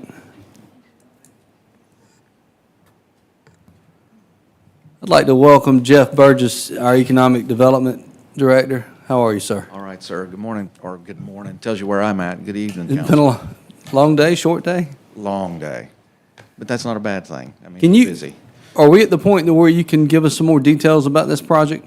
I can give you some basics, and we'll go from there, and you can ask me questions, and I'll see what I can respond to. Typically, after first reading, we start getting more information. Is that right? Correct. This is about this is a $67 million investment. It is basically a solar farm that will be going on 240 acres. The agreement is for $3,800 per megawatt. It's a 48 megawatt facility that's proposed. That equates to $182,400 a year in annual revenue. Let me ask you a quick question, sir, not to cut you off. No, you're fine. Is the property owned by an American citizen with certain rights, unalienable rights? Yes, sir. The property is owned by Mr. Creed, by which the property is Project Creed. Okay. So it's a private property. It's not county-owned. So, couple of questions just to clarify things. Is there a bond that this company has to put up in order to deconstruct after a certain amount of time? I can say yes, there is. If you would like the company to actually speak to the bond issue, we have a representative here tonight. I would like that in a minute. Okay. You know, everyone noticed I voted against the airport overlay district, and I have to apologize to Councilman Tomlinson. Everything that you worked on, my vote against was merely my position for the airport overlay district in general. Everything you worked on, I want to tell you I appreciate your work Thank you. on improving the situation. For me, I'm big on personal property rights and not telling people to do certain things with their property. Within reason, obviously, we have zoning regulations that we abide by. But the zoning regulation that the gentleman owns the property, Mr. Creed, does it allow zoning? Does that zoning allow solar farms? For conditional use is my understanding, and I think Joey could verify that for me. In a minute. So, are there buffers? They're required to have buffers on that. And I believe it's a 100-foot buffer and possibly more. Okay. So, I don't love solar. I don't love solar energy. There is no such thing as clean energy. It's all made with fossil fuels at the end of the day. Everything that's built and put on this property is built with fossil fuels. There's really no such thing as clean energy. But I think a man ought to be able to do what he wants to with this within certain limitations on his property.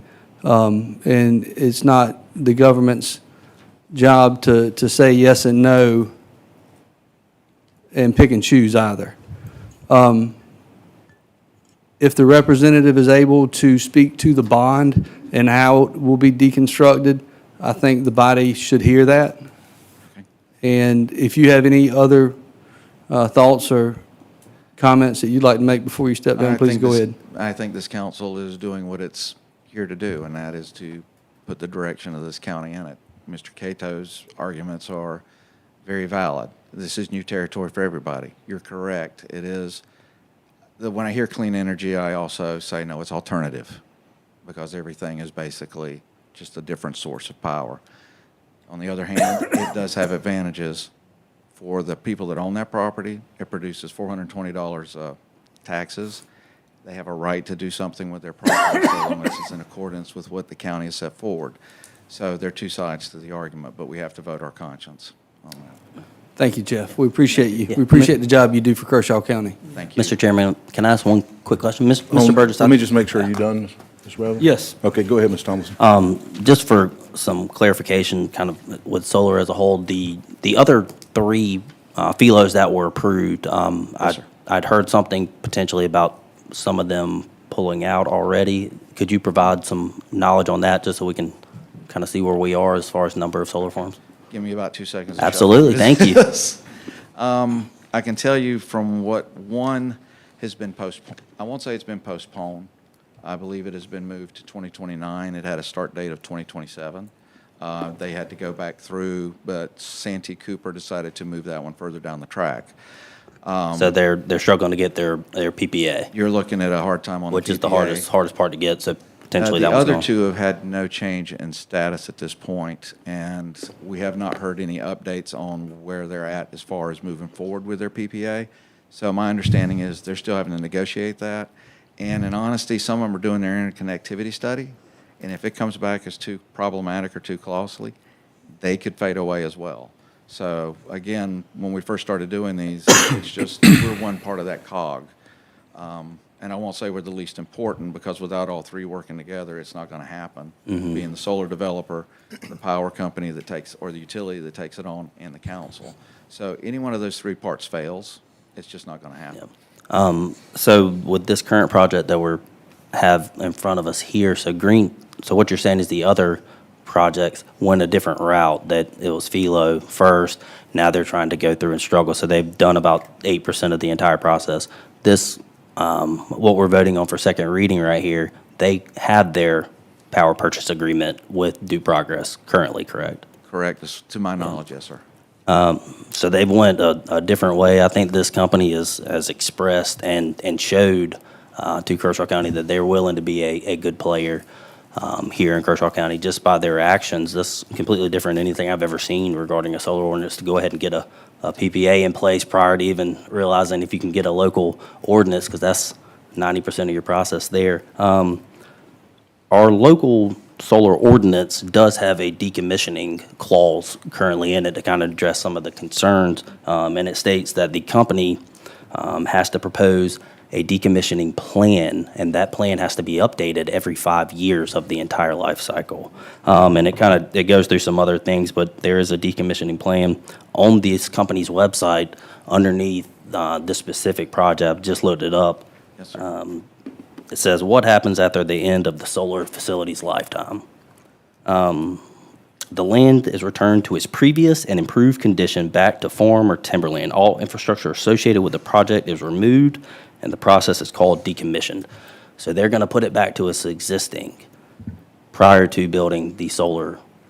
And they were at Planning and Zoning last night. Was that in their plan that they presented for their first reading, their Well, decommissioning? I reached out to the representative, and basically the decommissioning plan was presented last night, and that the one that will be presented to at the building permit addresses the site being restored to a meadow-like condition or another agreed-upon condition, including decompaction of the topsoil and regeneration. The costs for such activities are included in the cost estimate. And that cost can update every 5 years based upon market need and everything else. So it's based upon the current landowner, what they want and they agree with in their contract. Okay, I'm fine with that, and I'm glad that our decommissioning clause in our ordinance is so strict. Another thing I'd like to highlight specifically about this, and I don't want Kershaw County to be a huge solar farm at all, but I agree with Mr. Brazel. We do have private property rights, and this is in a location that is sand and pine trees next to the railroad. And I did get a call last night that they're from one person specifically who lives within a mile radius who wasn't aware, didn't receive the letter. And I would love to get that feedback back to the company, just so for their knowledge, and potentially they can reach out before second reading, going in Planning and Zoning. But this project has a dual use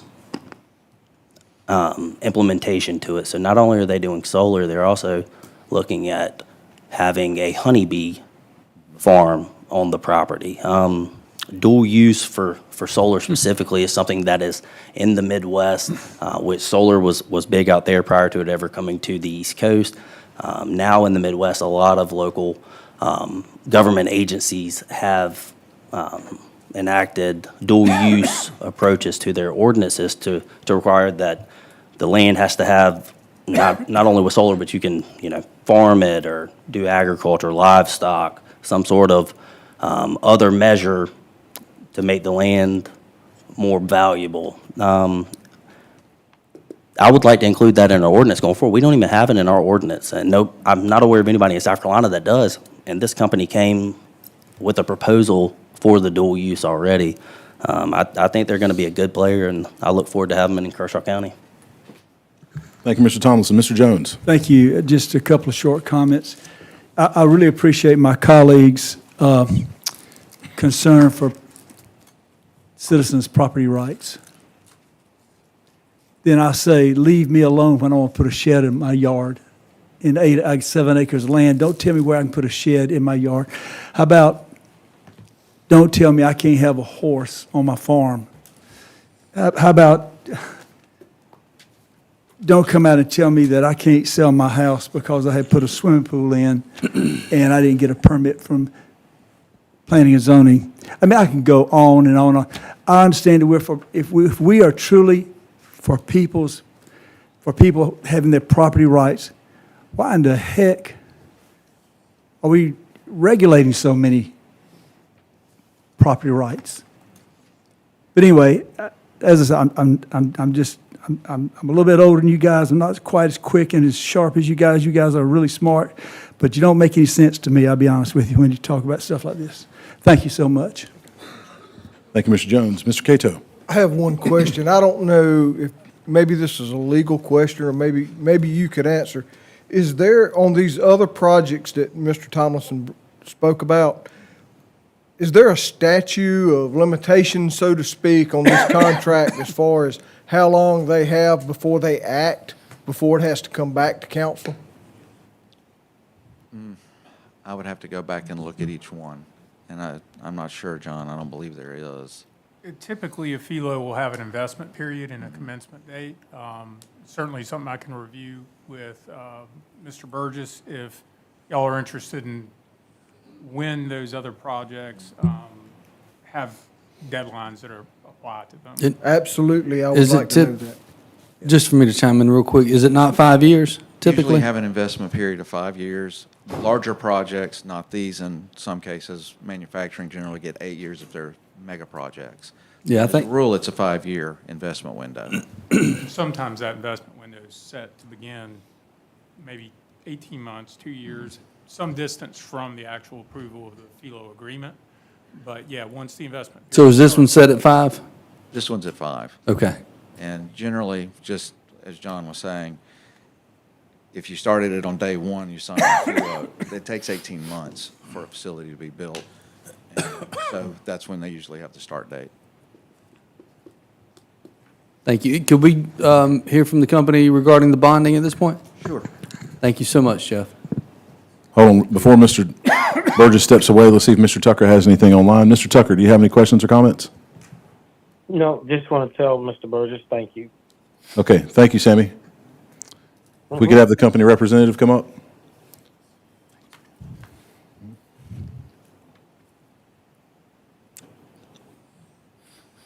Good evening. Evening. Excuse me. I'm Taylor Robinson with Grenergy. We're developing the Creed Solar Project. Well, I'm Catherine Ross. I work with the company. We were before the Planning Commission last night. Certainly let Mr. Robinson speak, but I did want to say the planning decommissioning plan, as you talked about, is in there.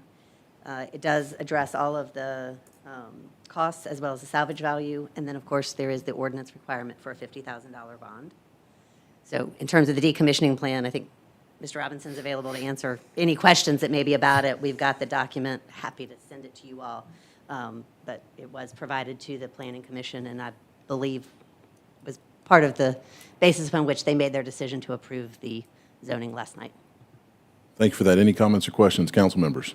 Yeah, I've got one question regarding the Mr. Brazel. Amount of the bond. So $50,000 is the amount of the bond. That's our minimum, I think.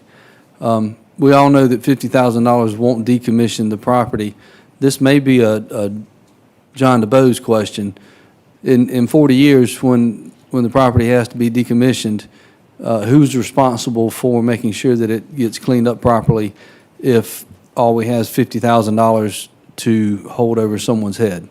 So I believe that, as referenced earlier, that decommissioning plan is updated every 5 years, but the current ZLDR specifies that it's the decommissioned value is the lesser of two values. It's either 50,000 or the cost of the decommissioning minus the salvage value of the materials.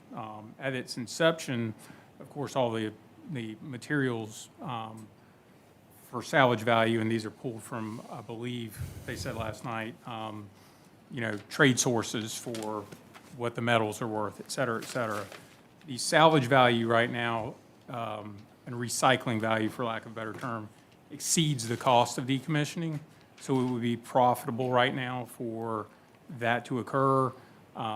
There's money there to decommission. The 50,000 essentially is a kind of fail-safe mechanism. But again, the decommissioning plan's updated every 5 years. If that number ever got upside down, as far as the recycling profits that would be generated, offset by the decommissioning cost, in that instance, it would trigger amounts in excess of $50,000. So the general idea is currently the salvage value of a 40-year-old solar panel in the frame that it sits on is worth more than it costs to take it out of the ground. Is that right? Correct. I believe that's the theory right now. And again, it's a living document that's continually updated. So I think, I still feel like 50,000 is low. I don't know that if we change the value, if it can be retroactive to any approved projects, would that be retroactive, or would it be a grandfather clause? I think that's a good topic for executive session Okay. discussions. Yeah. Well, I'd like to dive more into that. I'd like to thank both of you for being here, and appreciate you and your interest in Kershaw County. Thank you. Thank you. If I can make one point, I do think, as you talk about it, I believe the ordinance, Mr. DeBose, is 125% over the value. So at such point, if it went upside down, which is not anticipated, it would not just be 100% of the cost estimate, it's actually 125%, which is super protective of you all, right? Because estimates can be different and not wholly based. So that 125% really does, I think, provide protection over the estimate being 100,000. I also would say that the $50,000 Bond. required bond, regardless of the net return that comes up in the cost estimate, is also really protective in that it gives you the ability to, if the company were to walk away, to draw on that and use that money to hire the company that will go decommission and pull it out and see the benefits of the salvage value being in excess. That's what it's intended for in my conversations with counties across the state. Could you provide us with a list of decommissioning agencies?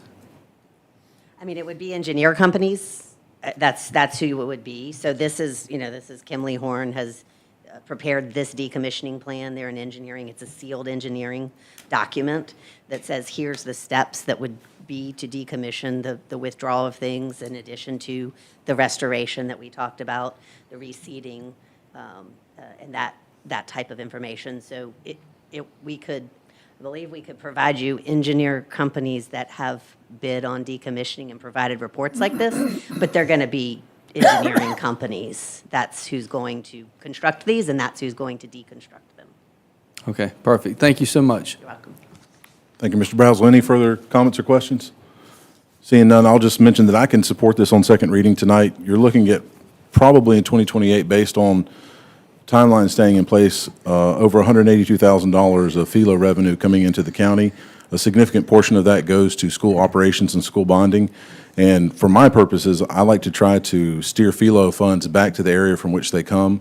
And this is an area in which there's not a lot of other general business tax revenue that comes. And so I think it could be useful to the area. I echo the comments about individual property rights, and you've got a property owner here who has determined the highest and best use for the property. It complies with existing zoning. The only question is, are we going to reduce the tax burden on the property to what we've done for other FILO agreements when somebody has a significant investment in Kershaw County? And I'm informed from staff that between the FILO agreement and then the special source revenue credits that generally come across, we're right in the same ballpark for what we've done for other companies in Kershaw County that invest in the area. The property owner, I was just thinking, would have the rights to clear cut the property under a timber management plan and just cut everything down if they wanted to. It's their property, they could do that. But here, we're looking at an investment, and in some ways, I think we've heard, prior to my time on council, a few folks may have put the cart in front of the horse.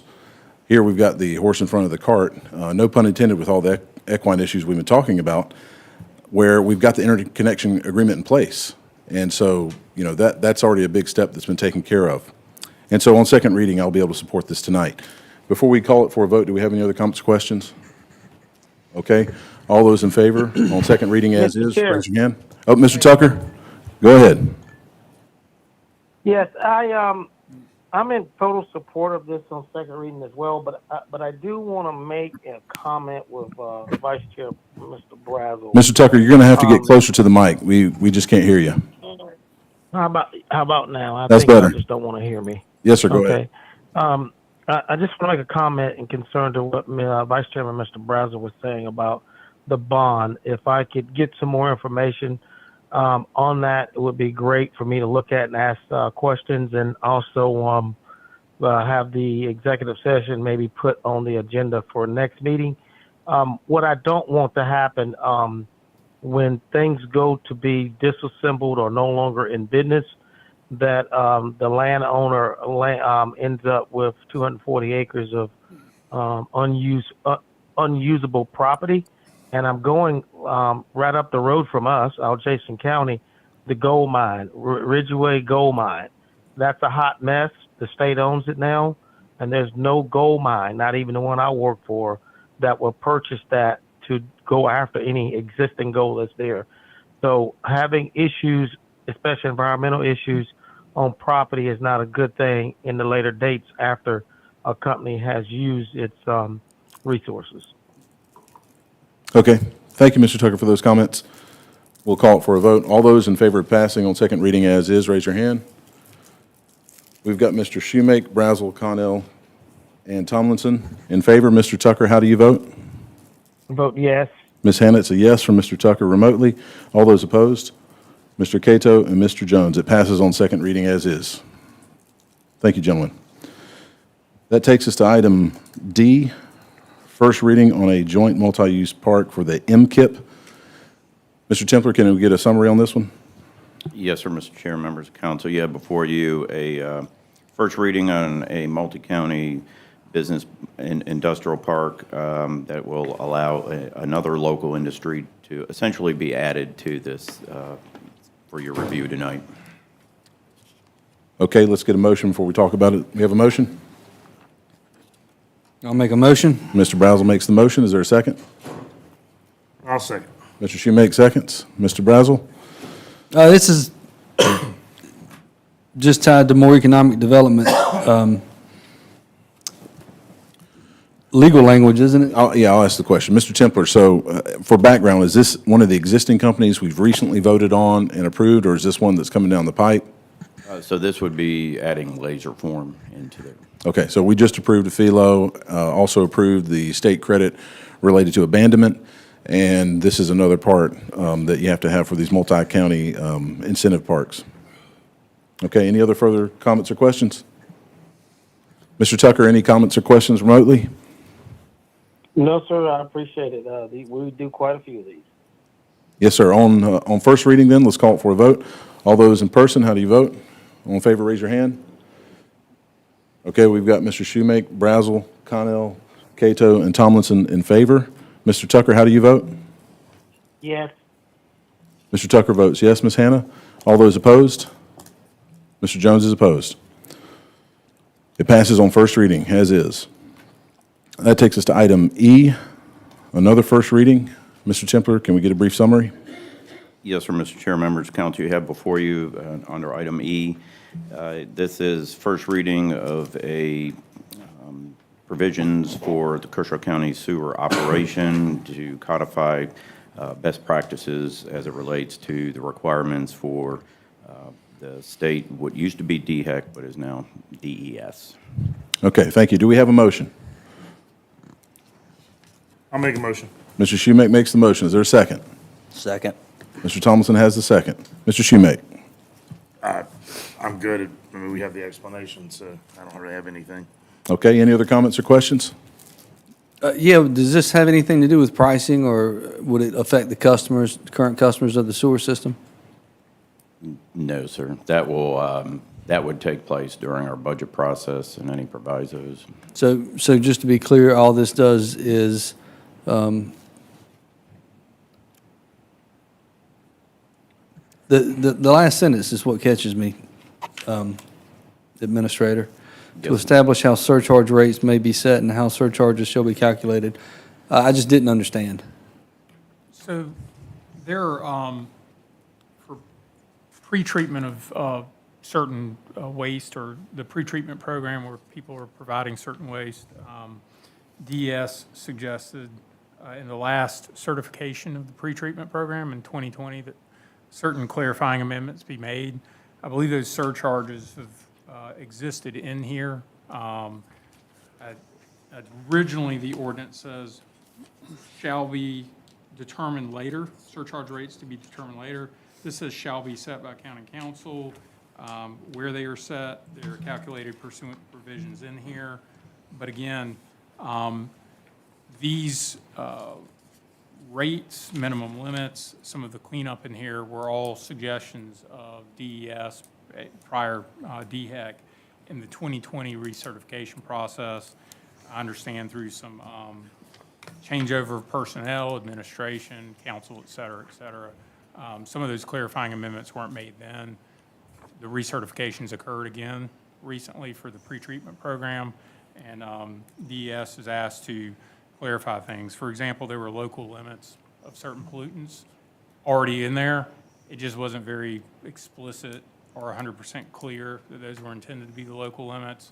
Some of those clarifying amendments are in here. Thank you, sir. Thank you, Mr. Brazel. Any other comments or questions?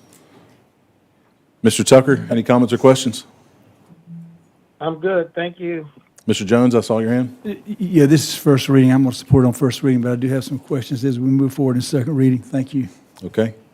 With no other comments or questions, we'll call it for a vote. All those in person, raise your hand if you're in favor. Ms. Hannah, it's unanimous in favor in person. Mr. Tucker, how do you vote? Yes. Mr. Tucker votes yes remotely, Ms. Hannah. It passes on first reading. Thank you. All right, under new business, item A. Kershaw County's goals and objectives. I've placed this on the agenda. I'll make the motion. Do we have a second? I'll second. Mr. Brazel has a second. Gentlemen, something I experienced that I thought was quite useful when I was on county council for about 6 years, and I saw some of the after effects of it, just residual guidance that it provided when I was over at the State House, was a goal document that we had. And I thought there were some tweaks that needed to be made to it. And I think that if we use it the right way, and by the way, I don't anticipate a vote necessarily on this tonight. I do intend to bring a motion, but I wanted to discuss it publicly and see if you had any thoughts or insights or spark further conversation about transparency in the goal-making process and goal-writing process. But I think we should go back to having a Kershaw County Goals and Objectives document that is a living document that is mentioned specifically in the comprehensive plan as we're working on that. One, this allows us to identify very low-hanging fruit. These community meetings that we used to have with a essentially board or volunteer commission, George Gibson's name was mentioned tonight. There were several others who used to serve on this, would have community meetings and essentially say, what is it that we want to see in Kershaw County or don't want to see? And we would typically get a presentation once or twice a year based on how they were able to meet. If we have that incorporated by reference into the comp plan, we've got this living document where we can say, our goals for the short term, in particular, have been adjusted and try to figure out what we're able to achieve. Let me just mention how this might be relevant. If you have a group of community members come together and they talk to their local legislative delegation, there is the water fund, there's the DNR fund, there's the PRT fund, just annually that gets replenished from state tax dollars that can be used to benefit Kershaw County. There might be community goals that could be brought up, emphasized and honed, and then brought to this council so that we can make requests from the delegation, we can provide matching funds, we can find private partners. The ADA compliant playground in Camden that was one of those things that happened because of this prior goal document that we had, and you had people coming up saying, you know, I want to donate because I need some of the tax deductions. I want to donate $100,000 or more to this ADA compliant playground. And there's so many examples that happen like that because we had greater community involvement, and the community was telling us, hey, this is what we want your goals and objectives to be. And so that's kind of my initial pitch on having something that we kind of get to update the comp plan annually and don't have to wait these really long thrusts of time and let things get lost in the mix. Any thoughts or comments on that? Any questions? Yeah, I think the opportunity to be very transparent in a mission, and no matter if it's a private business or a government entity's, always a positive thing. I think, Ben, as chairman, you'll lead us in a positive direction.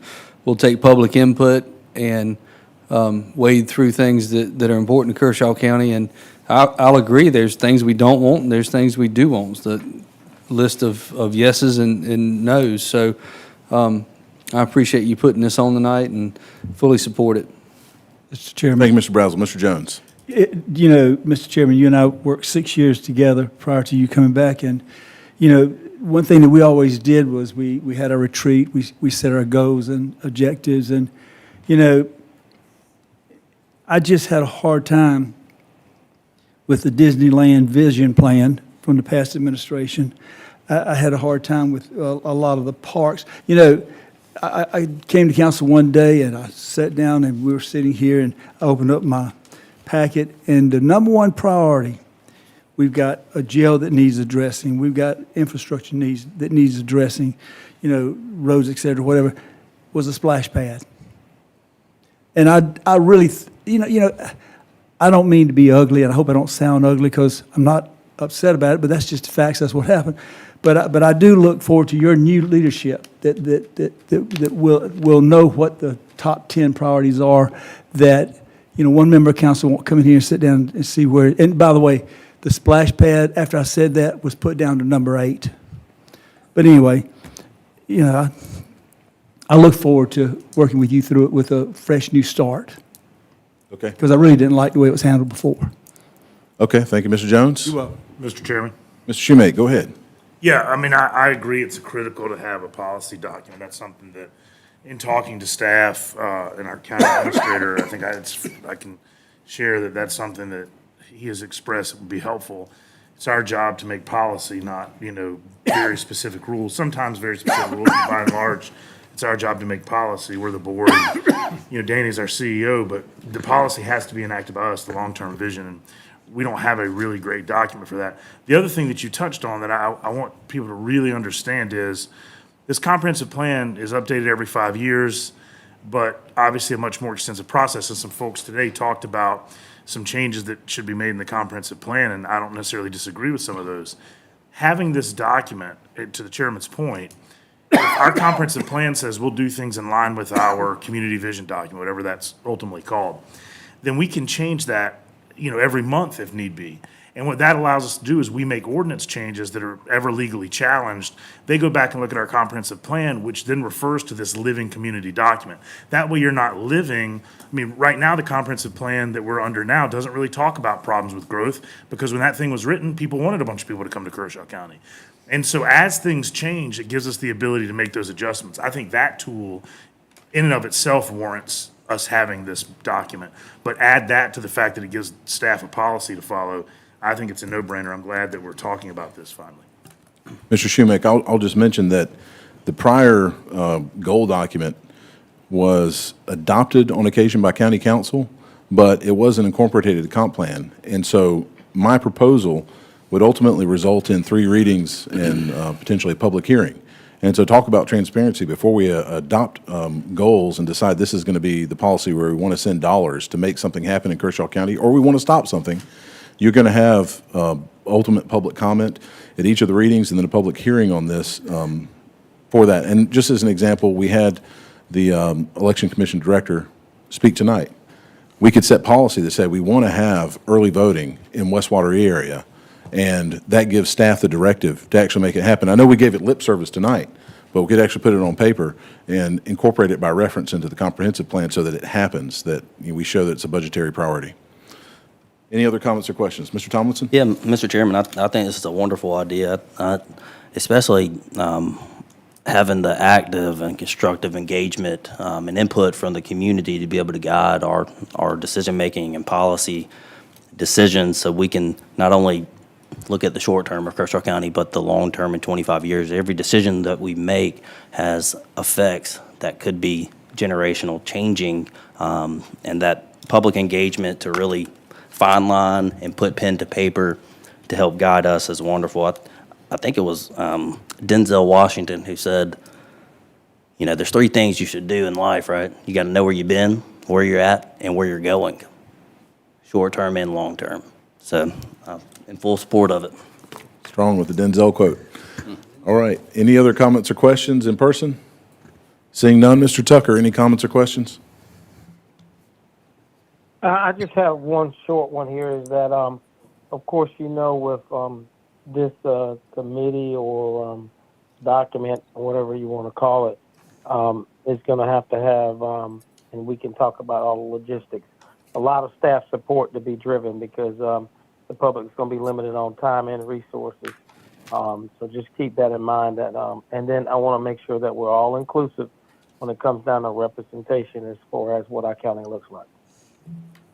Yes, sir. We've ridden that bike as recently as 2.5 or 3 years ago, and so I think we'll be able to get back on and be productive. Yes, sir. Okay. Thank you, Mr. Tucker. Mr. Chair.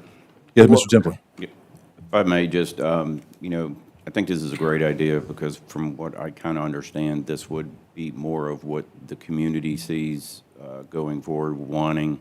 I think there's many layers to what we use as staff for navigational items as we go throughout our budget year, our budget process.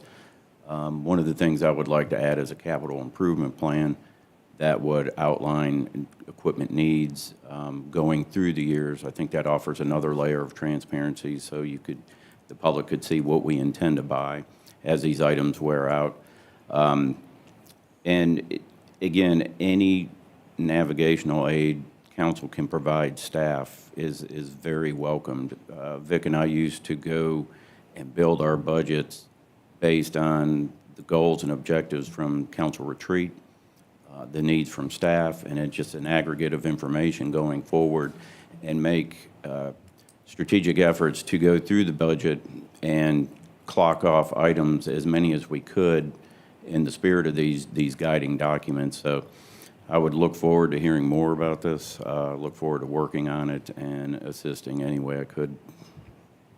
Thank you, Mr. Templer. If I may. Mr. Jones. Just very quickly, as I said, I'm going to support this tonight and may support it through the 3 readings. But, we quote folks all the time and read Bible verses sometimes. But I like the one from William F. Buckley who said, I can't believe the words that just came out of your, that you believe I can't believe that you believe the words just came out of your mouth. Sometimes, we just pass and create more and more and more. I will say this, and you're right, our county administrator is our CEO, but he's also the ambassador for the county council, because we're elected by the people. We set the policy, he enforces our policy. He makes recommendations, we either accept it or we don't. And but bottom line is the ultimate responsibility lies with us sitting up here. And, he's our enforcer. But we make the laws, we make the policies, we make the rules. And anyway, thank you. Thank you, Mr. Jones. Hearing no further comments, it doesn't require a vote. Appreciate it, gentlemen. That takes us to item 11B, Ad Hoc Stormwater Advisory Committee. I place this on the agenda. I'll make the motion. Is there a second? I'll second it. Mr. Shoemake seconds. All right. Under our rules, the chair has the ability to appoint ad hoc committees, and this is part of the fulfillment of what we've talked about previously. We have many concurrent things going on right now with stormwater. There's a current study going on, correct, Mr. Templer, related to stormwater? Correct. Yes, sir. And various areas of the county that need assistance or need some type of improvements. And in an effort to figure out exactly what that should look like or get input from the public from various sectors, so far, I've got the following people that I'm going to appoint to an ad hoc committee. The terms of the committee and responsibilities and scope will be finding sources or options for funding. The scope of the stormwater would be whether it's departmental or subdepartmental. It would conclude in 9 months from its creation, so 9 months from now, and also give input on regulations and preferred infrastructure goals and improvements. And the current committee members who have indicated a willingness to serve would be Jay Johnson, Jess Coulter, Melita Rabin, Billy Smith, Mayor Melissa Emmons, Bob Giangiorgi, and then non-voting members of the committee would be Danny Templer, and then various staff members, Gerald, Lauren, Stephen, Jonathan, Dan, and Joey, in a support role, again, non-voting.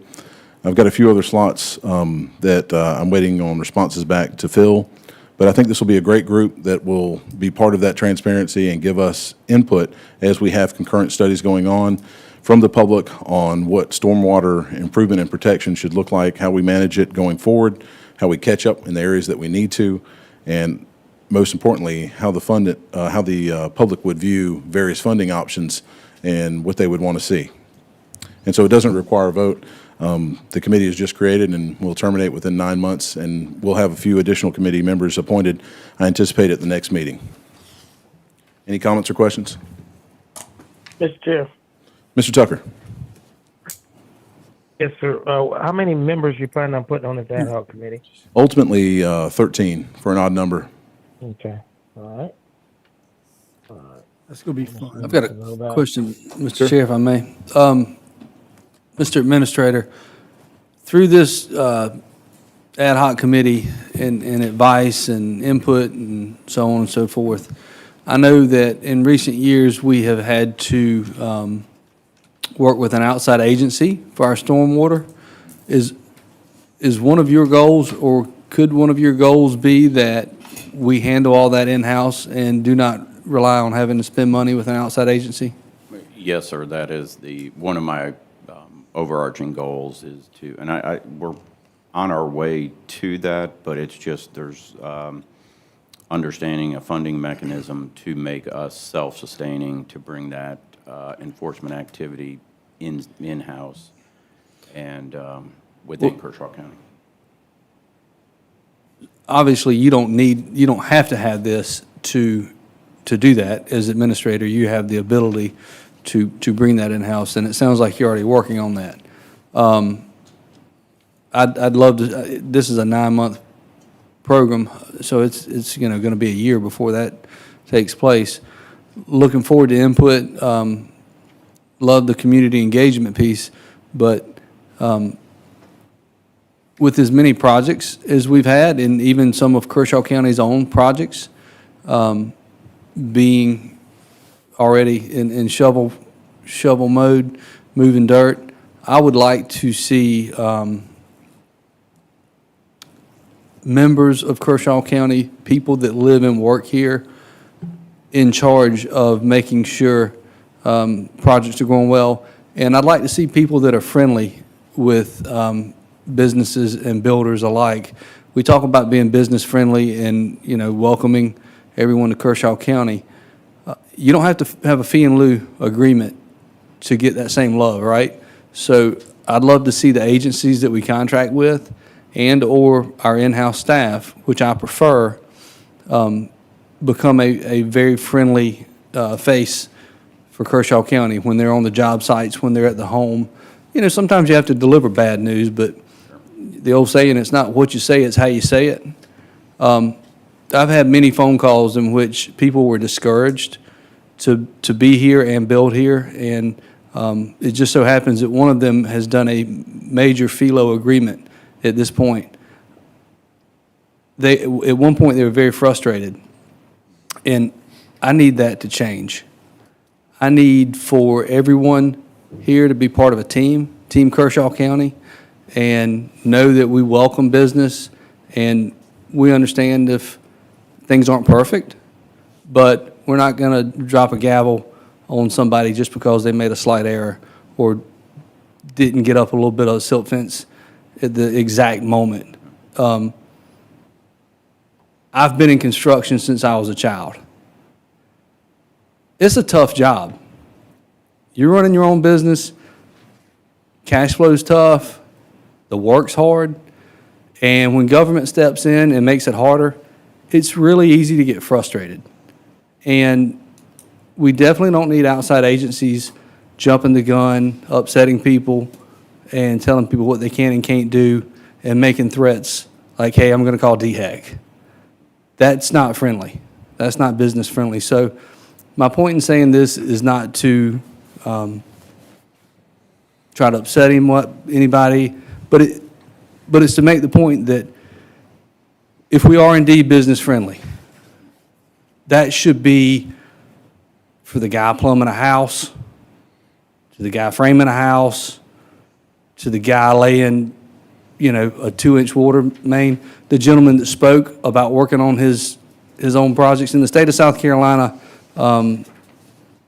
you can build your own home. Now, I don't know what the regulations are specifically for working on rental properties and that sort of thing, but sometimes we've got to take a step back and realize that hardworking Americans are just, in fact, that, hardworking Americans, and we don't need to make things ultimately harder than they need to be. We need to put ourselves in their shoes and understand what they're going through on a daily basis and find ways to say yes and ways to have solutions versus ways to say, no, heck no, you can't do that. We're not going to allow you to do that. We're going to shut you down. We're going to call every state agency there is. We're going to drop the hammer on you. It's just, as many times as I've heard it from different folks, I really want to express that, especially when it comes to stormwater, because that's typically when it gets dicey, is the stormwater. So with that being said, I know we don't have to take a vote. Thank you, Chairman, for putting this together.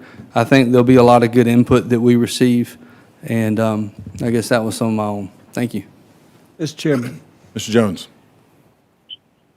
Mr. Brazel, I'm proud of you. I agree with everything you just said. I do want to say this, too, though. I have to give Mr. Templer and, what's his name? Mr. Blanchard. Gerald. He said, if I call Gerald Blanchard, you answer your phone, you're so prompt, and I just can't tell you how much I appreciate that, because he deals with a lot of citizens that we get, complaints from, and I appreciate that. But, and Mr. Temple, I appreciate you being there when we've had sit down and talk. We're not going to agree on a lot of stuff, because I'm big on deregulation. I'm big on, just kind of helping the people as much as I can in my way. But anyway, I just want to say, Russell, thank you so much for those comments. I think they're well needed. Appreciate it. Thank you, Mr. Jones. Any other comments, questions? Anything else, Mr. Tucker, before we move on? Mr. Tucker? Yes, sir. So this ad hoc committee, how will it affect the stormwater advisory committee that we're looking at, that finance committee talked about, if we decide to do one with the stormwater study that's coming up, because that would have to be part of that. That you have to establish. This is essentially a follow-on recommendation from staff based on y'all's direction to set up a stormwater advisory committee. And so this would be a non-permanent committee that would come together, work for 9 months on the issues, come back with recommendations from the community after working with staff. And at that point, you'd be able to figure out, do we want to set up a permanent stormwater commission in Kershaw County with various dedicated appointments per district, or how do we want to fund it, and through the various purposes and scope that I just described for the ad hoc committee. So Okay. this is trying to I just want to make fulfill. sure that I'm clear. Yeah. Okay, got it. Okay. Thank you. All right. No votes needed, gentlemen. That takes us to council member briefings. Mr. Cato, please. I'll try and be brief. I want to start tonight with, I want to thank each and every citizen that came out and spoke tonight. I appreciate the speakers. Each and every one of you were on point with very serious issues that we have going on in Kershaw County tonight, and I want to thank you for that. And Mr. Gunner, if you're still here, I don't know if he's gone. I sympathize with him, and I'm going to leave it there. I hope there's something that we can do to help this gentleman out, because I really feel for the issues that he has going on. So, but I do appreciate each and every speaker that came out tonight and being on topic. Happy Valentine's Day to the ladies out there coming up Friday. Yeah, I want some brownie points. I hope my wife's listening. And Jimmy Jones, happy birthday. Well, I appreciate it. Since you being the oldest member of this council, I would say you're still looking good, but I ain't going that far. I heard the second eldest has to give the spankings. Is that you? I'll take my belt off. Thank you, Mr. Cato. But happy birthday to you, Jimmy. But on a very serious note, I want to send out my condolences to the Sylvester Sly Robinson family. Sly was a dear friend.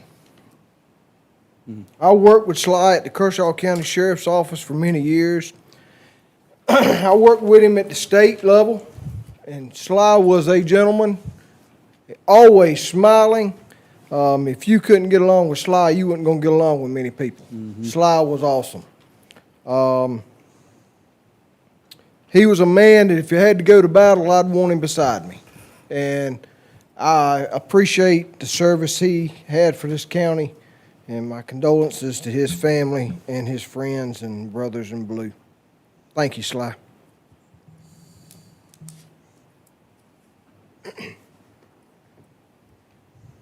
Mr. Tomlinson, you're up next. Thank you, Mr. Chairman. I think everybody's heard my voice enough tonight, so I'm going to be very brief. I appreciate everybody's patience getting through and really working with us as the community and Kershaw County together, especially on this AOD and other things that we've done.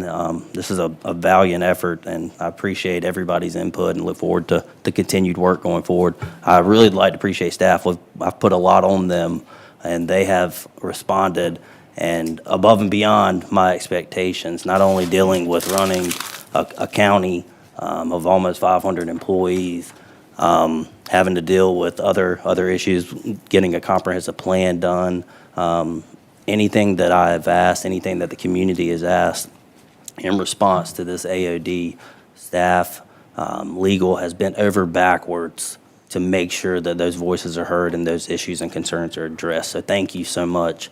And I can't let Mr. Jimmy Jones outdo me, so I'm going to end in a quote in honor of Black History Month. A childhood hero of mine, and Kershaw County native, in the words of Larry Doby, success is not measured by the accolades and achievements, but by the impact we have on others. Thank you, Mr. Tomlinson. Mr. Jones, any report? I do. Well, not much, just a little bit. First off, I'd like to echo Mr. Cato, and thank you for those words about Sly. He was both our friend. I think you know that, and I knew that as well with you. Many years ago, met a gentleman over in Columbia, and he said, I got somebody who wants to move to Kershaw County. And he said, but he doesn't have a job. I said, who is it? He said, his name's Sly Robinson.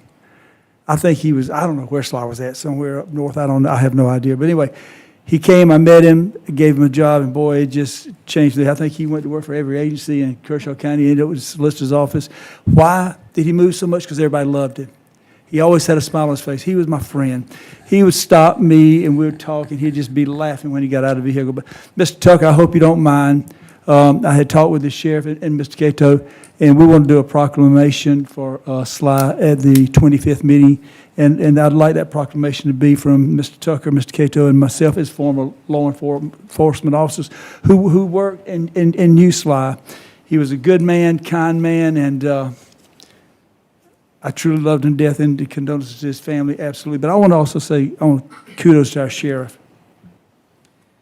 He called me, kept me informed, and I found out he wasn't just calling me, he was calling about 50 other people, keeping them informed on Sly's progress, what was going on the day that he left us. But anyway, Sly, we love you. Job well done. Thank you, Mr. Okay, well, I'm not through. Okay, go ahead, Mr. Jones. Now I got to get a little bit more. Well, no, let me say this. Is Mr. Gunner here? He's gone. Hey, guys, this is what I'm talking about when I talk about property rights. We talk about, we want people to handle their property rights. We only let the man work on a darn light pole. And it's not staff's fault. It's our fault. because we set the law, we make the laws, and we make the regulations, and they're going to enforce them. Well, so anyway, enough on that. But you know, when we talk about the comprehensive plan and things like that, it was brought to my attention that there'll be no more public input regarding the comprehensive plan. I think the planning and zoning director made that comment. It's on audio, video, pertaining to the fact that the committee or either the the council will give that change, those amendments. And bottom line is that led the folks to believe that there's really no more changing that this council may have, how do you say it, a hunger to do. But anyway, you know, it bothers me that the overlay plan wasn't in the comprehensive plan when we invited the folks to come to that drop-in. It wasn't, it should have been there. It's one of the hottest topics. The height restriction map dealing with the overlay of the airport, I was told wasn't in there. And then I had a complaint. I don't know who threw this, who was responsible for it. But everybody talked in there said we were misled. I said, well, and I'm just quoting some citizens talking to me. I said, what were you misled about? They said, well, we were told this was a public input, but actually it's just a drop-in and a little greet and meet, and we're told to put our questions in a box. Well, I talked to somebody today. They had said, well, you know, we were told that that he was on the Planning and Zoning Commission. He said, we were given those suggestions that was dropped in a box. I said, you were? He said, yeah. I said, well, let me ask you a question. I pulled one up. I had one on my phone. I said, did you see this one? No, we hadn't seen that one. Gentlemen, this is just a fact. It may be ugly what I'm saying, but it's the ugly truth. You got a suggestion box. You go behind closed doors. You can pick and choose. I'm not saying that's what staff did, but I'll tell you this right now. It upset me when I talked to this lady, and her suggestion, the commissioners didn't see it, but they saw some others. So we need true transparency. And I think to start transparency, we need to have I would like to see us have a meeting scheduled with the Planning Commission there, the public there, and we have a face-to-face session with the public, Planning Commission and County Council to see how they really feel about the comprehensive plan and what we've got going on. And you know, something that really bothers me too, and it's come to my attention directly, that this council has a lot of interest in the Planning Commission, and that if the Planning Commission has disagreed with them, they've been asked to maybe resign, or they've been asked maybe to step down. I'm not going to stand for that. That is absolutely wrong.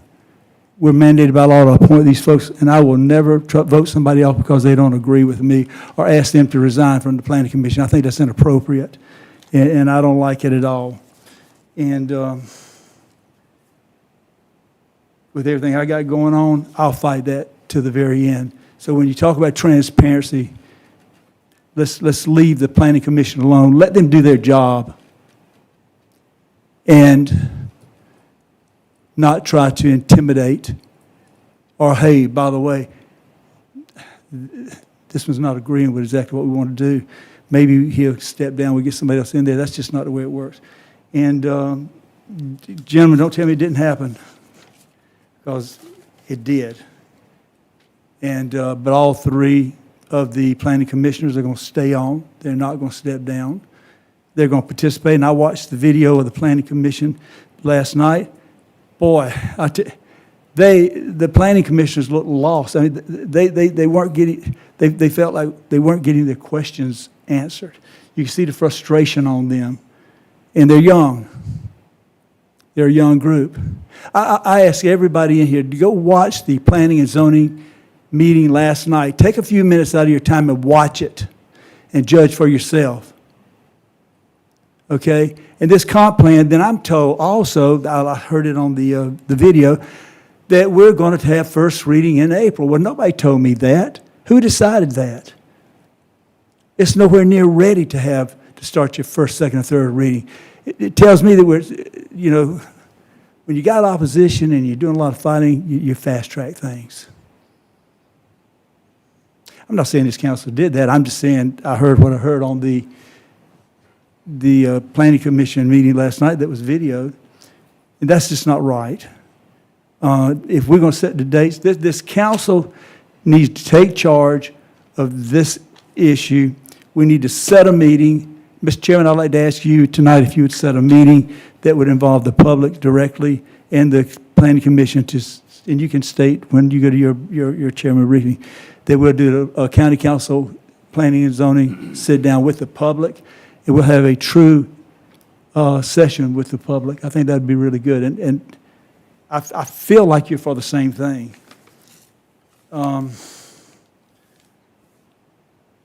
But this is where I'm at, and I hope that we'll have that meeting. If not, if you don't have that meeting, gentlemen, I'm going to have the meeting with the planning commission and the public. So I ask you to, please, let's do the right thing, get them involved. And whoever said that we're going to vote first reading of the comprehensive plan when it was so loosely put together the other night, and I'm not going to try to embarrass anybody by calling names, but when you got somebody you're paying a lot of money, that they didn't have basic answers for one of our colleagues here on county council, they couldn't even answer it's almost like they took this plan from somebody else, took a picture of it, and put Kershaw County, and yet there were no T's crossed, no I's dotted. It was very, very poorly done. I think the meeting was very poorly ran. I think the public was totally disappointed. And I read all the accolades that our department will put out there. Well, I hadn't talked to the 3 or 4 people that they talked to that gave kudos to it. I mean, I had them coming up to me from all areas of the county there, exactly. And their displeasure, we feel like they were duped. Now, we can sit up here and pout. You can get mad at me. I don't give a damn if you do or not. But I'm going to tell you something. What I do care, I can't say that? Okay, but let me just tell you this right now. I'm irritated, I'm fed up, I'm disgusted, and I want to see some positive change.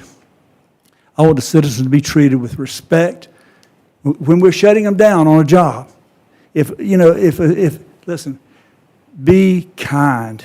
If someone is arguing with you, just walk away. Just walk away. Don't get into a verbal fight with them, calling names back. We're better than that, guys. So anyway, and I'll have some other things coming at the next meeting, and it was great meeting our new director with the Elections Commission. I look forward to working with her in 26. Gosh, I might stay or do something else, because I'm feeling real good now. My back's fixed. My health is back. I'm ready to rock and roll. But I'm going to tell you something, I'm going to fight for the citizens till the very end of my breath, as long as I'm sitting up here. And having said that, thank you, Mr. Chairman. Thank you, members of council, for your time. Mr. Jones, Mr. Tucker, actually. Mr. Tucker, do you have any report? Still with us? Mr. Tucker, can you hear us? Yes, sir. Yes, sir. Yes, yeah, Yes, sir. Go ahead, Mr. Tucker. All right. Well, I want to say, Mr. Jones, I have no problem with your proclamation or whatever you have set. I'm happy to join you. Mr. Tucker, a little closer to your microphone, if you could, please. We can barely hear you. All right. I said I have no problem with Thank you.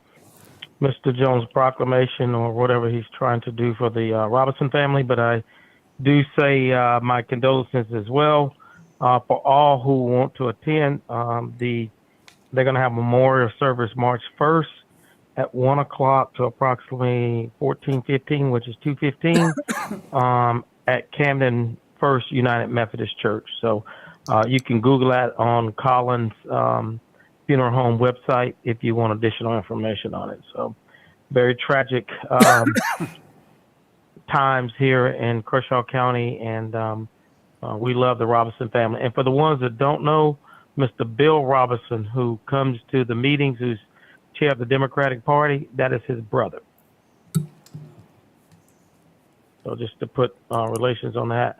The other thing is, I want to say that by no means you guys know that I would badger any of you. So since y'all are reading out quotes tonight, I don't have much to say, but I'm going to say this right here. This is a Maya Angelou one. It says, when someone show you who they are the first time, believe them. Okay? And if you find it, if you don't like something, change it. If you can't change it, then change your attitude. Just saying. Have a good night. Thank you, Mr. Tucker. Mr. Schumake, any report? Yeah, a couple things. I just want to address briefly the comprehensive plan. I mean, obviously, the document needs adjustments, no doubt. But I can tell you that for the last, whenever I was elected 2 years ago, I think I'm still the junior guy here. But since I got elected, there have been meetings that I got notified about through email, and they were on the website. There were several meetings. I was the only council member in attendance.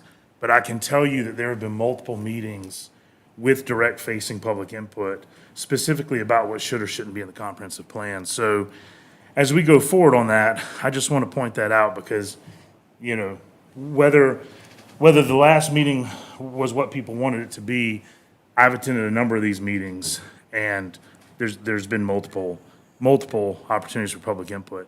I also want to talk a little bit about, you know, Mr. Gunter's issue, which I think speaks to a larger point. It's easy sometimes we are arguably the most accessible level of government for people in Kershaw County. But oftentimes we are the level of government that has oftentimes the least amount of authority. I'm a little bit familiar with his issue, and I think it's worth noting for everyone that there is a state law that we can't control that says if you are a landlord, you are not allowed to pull a commercial permit if you do not live in the residence. A lot of landlords don't pull permits and just do the work. But if you come to the county and ask for a permit to do commercial work, which by definition means if you're a landlord and don't live in the home, the county's probably going to deny you. Not because they're evil or because they're trying to put up red tape, but because they have to follow state law. That's from LLR that says you have to be a commercial contractor.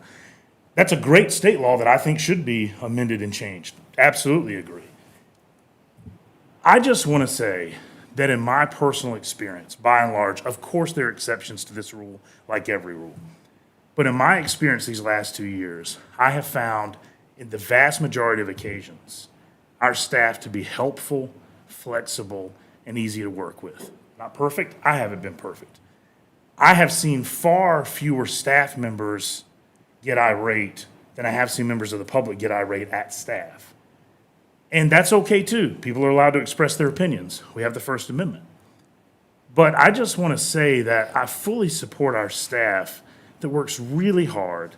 Every year they get to hear about a budget that nobody wants to increase because no one wants their taxes raised. And then for the other 10 months, they get to hear about why there's no, they get to ask, why don't I have this service? Or why don't I have this service? Or why aren't you doing more?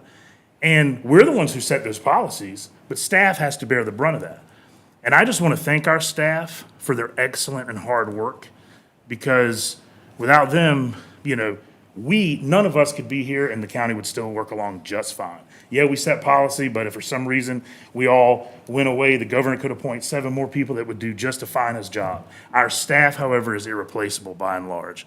And I thank them for everything they do. That's all I have. Mr. Schumake, thank you. Mr. Brazel. I'm feeling meek and humble tonight. I have no comments. All right, thank you, Mr. Brazel. I'll just mention to council, if you would please, I heard a couple of comments throughout the night during a lot of this heavy lifting on various ordinances or issues where you said, yeah, I might like to have an executive session on that. Please make sure you get that information to Ms. Hannah, myself, Mr. DeBose, Mr. Templer, so that we can make sure we accommodate that and have it on the agenda for next time. If that was more than just a mere request and you actually want it on the agenda next time, we want to make sure that your issues are addressed in the appropriate way as required by law if you're seeking executive session. Want to mention one other thing. Mr. Jones mentioned tonight, and we've been talking about it quite heavily, the jail is an issue. How do you fund a jail that requires significant increase in the percentage of beds that would require, I've seen numbers in the 60 millions to say you build a new one, even renovation of it and then rehab to bring it up to modern building codes would put you in the high 50s perhaps. How do you do that?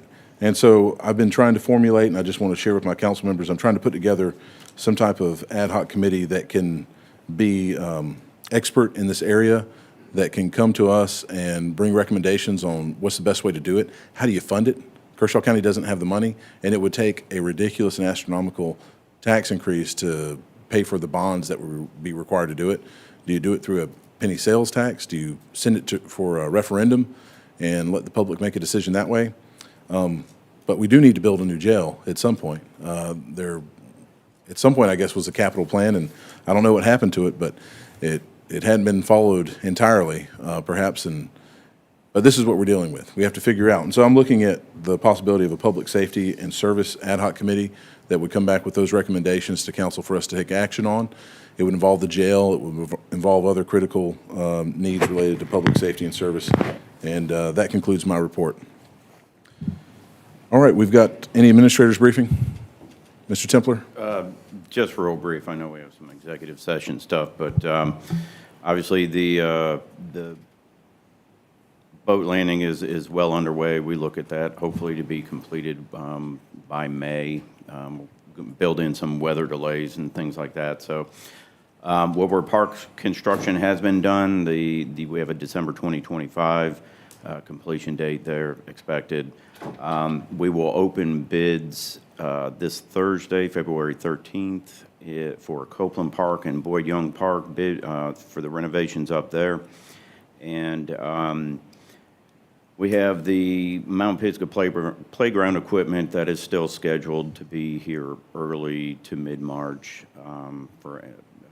It's going to be a great addition up there. So bid announcements for the KC West parking and driveway connection to Whitehead Road that is desperately needed it is on the streets, if you will, and we intend to open those bids Thursday, March 6th. So we've got a little bit of time left on that one, but projects are rolling along. We're very busy. There's a lot going on in Kershaw County. Mr. Jones and I were speaking about this today, that I can't remember a time in Kershaw County that we had this much going on, either through policy revamp, amenity improvements, or just general pains and pinches going on, as Mr. Cano, as you spoke about the jail. So a lot going on, but we'll see better days. So it's my report. Thank you, Mr. Templer. Mr. DeBose, anything before executive session? No. All right, gentlemen, that takes us to items 15A through C. I'll take them as a joint motion. We've got two items under SC Code 3470A2 related to legal advice regarding pending, threatened, or potential legal claims and other matters related to the attorney-client privilege. And then item C, receipt of legal advice for a matter covered by the attorney-client privilege pursuant to the same code section. Do I have a motion to enter executive session? So moved. Second. All right, we've got Mr. Tomlinson and Mr. Cato. Any other discussion? All those in favor of entering executive session on those stated items? All right, we're moving into executive session. Mr. Tucker, I forgot to get you to vote again. How do you vote, Mr. Tucker? I vote yes. Okay, Mr. Brazel stepped out. I'm not sure if he had to leave the meeting. It's a yes, Ms. Hannah, for Mr. Tucker. We're in executive First, session. for the record, Mr. Brazel said he'd be with us in executive session. He just had to step out. Okay, all right, Mr. Brazel still here, not voting.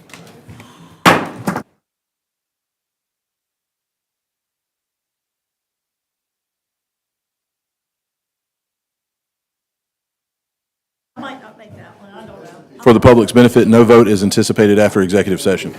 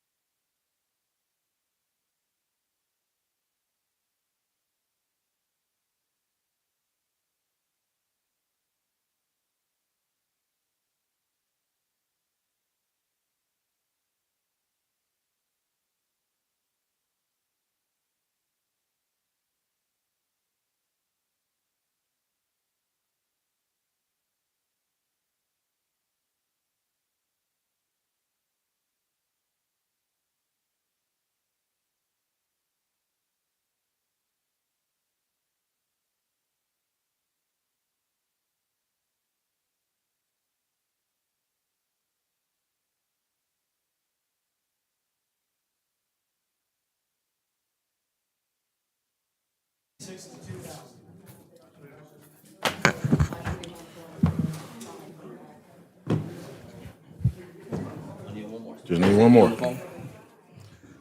Sam, you on the phone? All right, we've got four. I seek a motion to exit Yes, sir. executive session. Motion granted. Mr. Tomlinson, is there a second? Is there a second? Second. All right, we've got a second from Mr. Cato. Seeing no discussion. Vote to exit executive session. All in favor, raise your hand. Mr. Tucker, how do you vote? Yes. That's a yes, Ms. Hannah. It's unanimous. We're out of executive session. No discussion is Motion needed. adjourned. Motion to adjourn from Mr. Tucker. Second. We've got a second from Mr. Cato. Seeing no discussion. All in favor, raise your hand. Mr. Tucker, is it a yes? Yes. Ms. Hannah, for the record, thank you so much. We are Be adjourned. safe at the mine, Sammy. Good night, fellas. Thank you. Thank you.